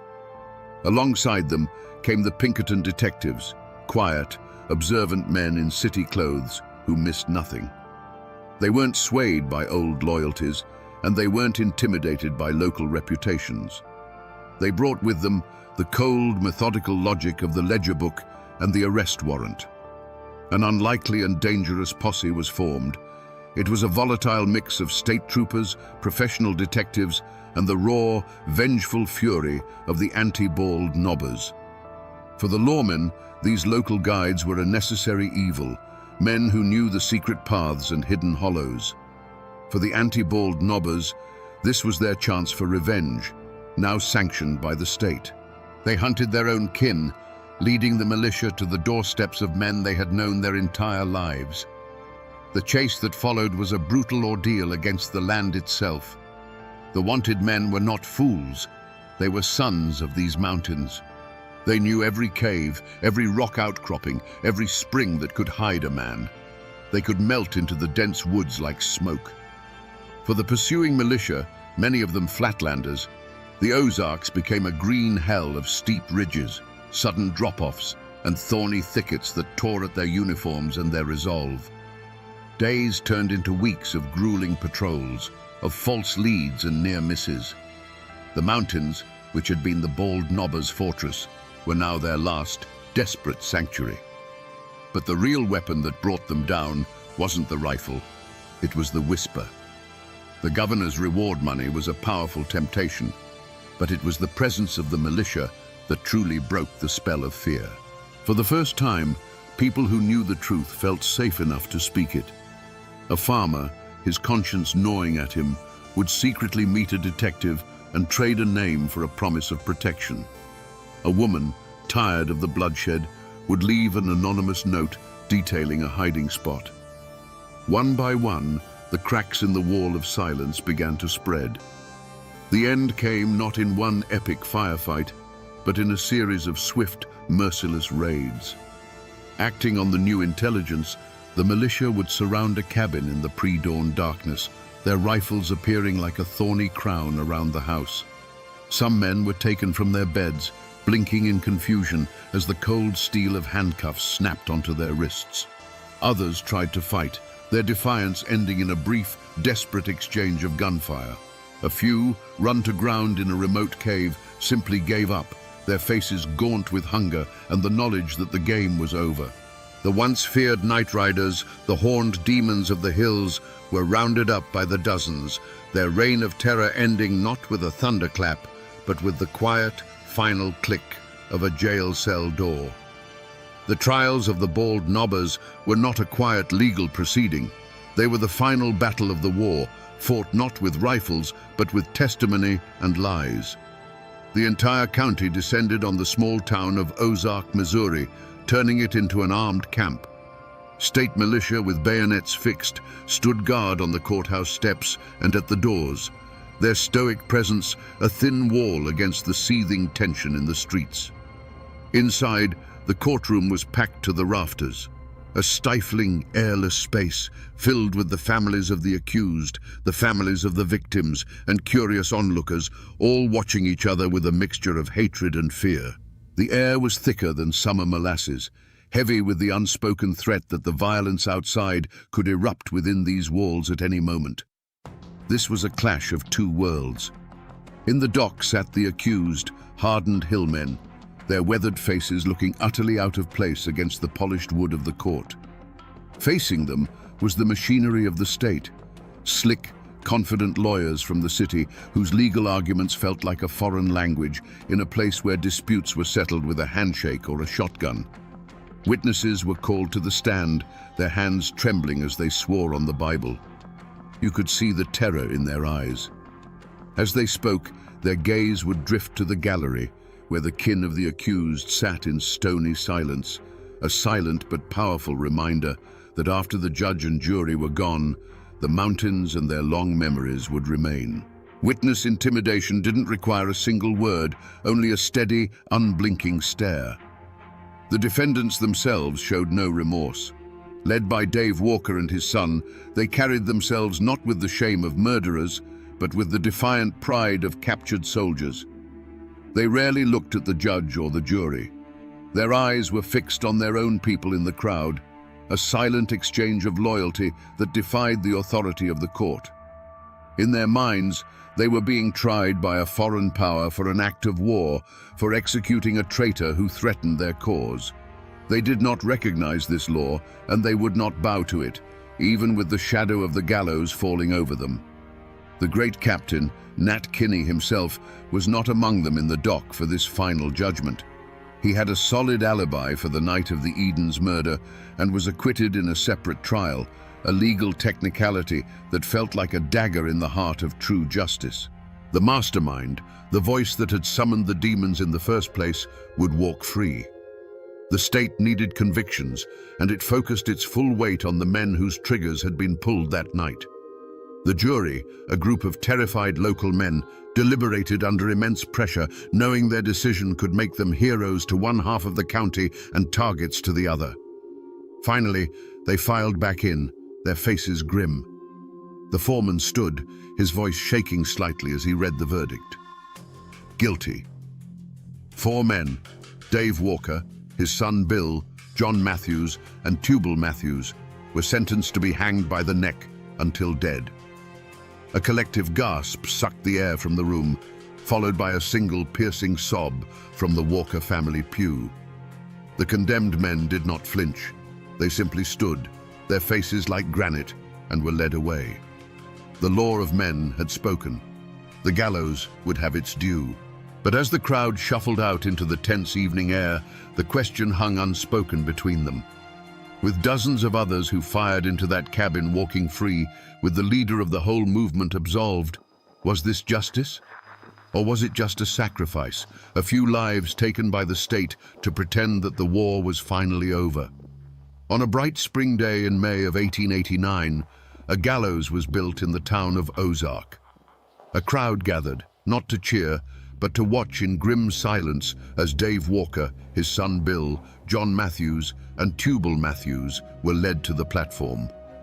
The trapdoors fell, the ropes snapped taut, and the law of men had its final, brutal word. But for the Ozark Hills, this was not an ending. It was simply the beginning of a long and bitter reckoning. The great captain, Nat Kinney, had walked out of the courtroom a free man, but the Ozark Code of Justice he had unleashed had a long memory. In August of 1888, months before the hangings, he was standing in his own general store. His sworn enemy, Billy Miles, walked in, raised a shotgun, and fired. There was no fiery speech, no final plea, just the deafening roar of a shotgun and the thud of the giant falling behind his own counter. The man who had sought to bring his own law to the mountains died by that same law. For the dozens of other bald knobbers who were acquitted or never charged, there was no gallows, but there was a different kind of sentence. They returned to their farms to find themselves living in a prison without walls. They faced the silence of a neighbor turning his back in the street, the sudden chill in a once friendly general store. Their names were now a poison in the well of their reputation. Some found their crops failing, their livestock sickening, and whispered it was a curse. Others, unable to endure the shame and the constant accusing stares, simply sold their land for pennies on the dollar and vanished, their families swallowed by the westward migration. And what of the survivors? For Mrs. Edens, the woman whose will to live had brought the whole machine of justice down on the bald knobbers, there could be no peace in Taney County. Every ridge, every creek, every familiar tree held the ghost of her husband and the memory of that terrible night. The land was tainted. Soon after the trials, she and her family packed what little they had left into a wagon and left the Ozarks forever, becoming refugees from their own home. The creak of their wagon wheels on the dusty road was the sound of a final, heartbreaking goodbye. The community, ripped apart by the violence and the trials, did not heal. It simply scarred over. A thick, heavy blanket of silence was pulled over the whole affair. People stopped talking about it. The names Bald Knobber and Edens became words spoken only in hushed whispers. It was a shared, unspoken agreement to forget. The story was too ugly, the wounds too deep. They buried the history, hoping that if they piled enough dirt on it, the ghosts would eventually stay down. For generations, the official history of Taney County was a story with a missing chapter. But the past never truly dies. It just goes to ground. Today, the descendants of both the Bald Knobbers and the anti-Bald Knobbers still live in those hills. They are farmers, business owners, and teachers. But they carry a heavy inheritance. A name like Walker or Matthews still carries a faint echo of that old war, a history that is rarely, if ever, spoken of aloud. It's a private knowledge, a story kept behind closed doors, because in a place this small, the great-grandchildren of the hanged man might still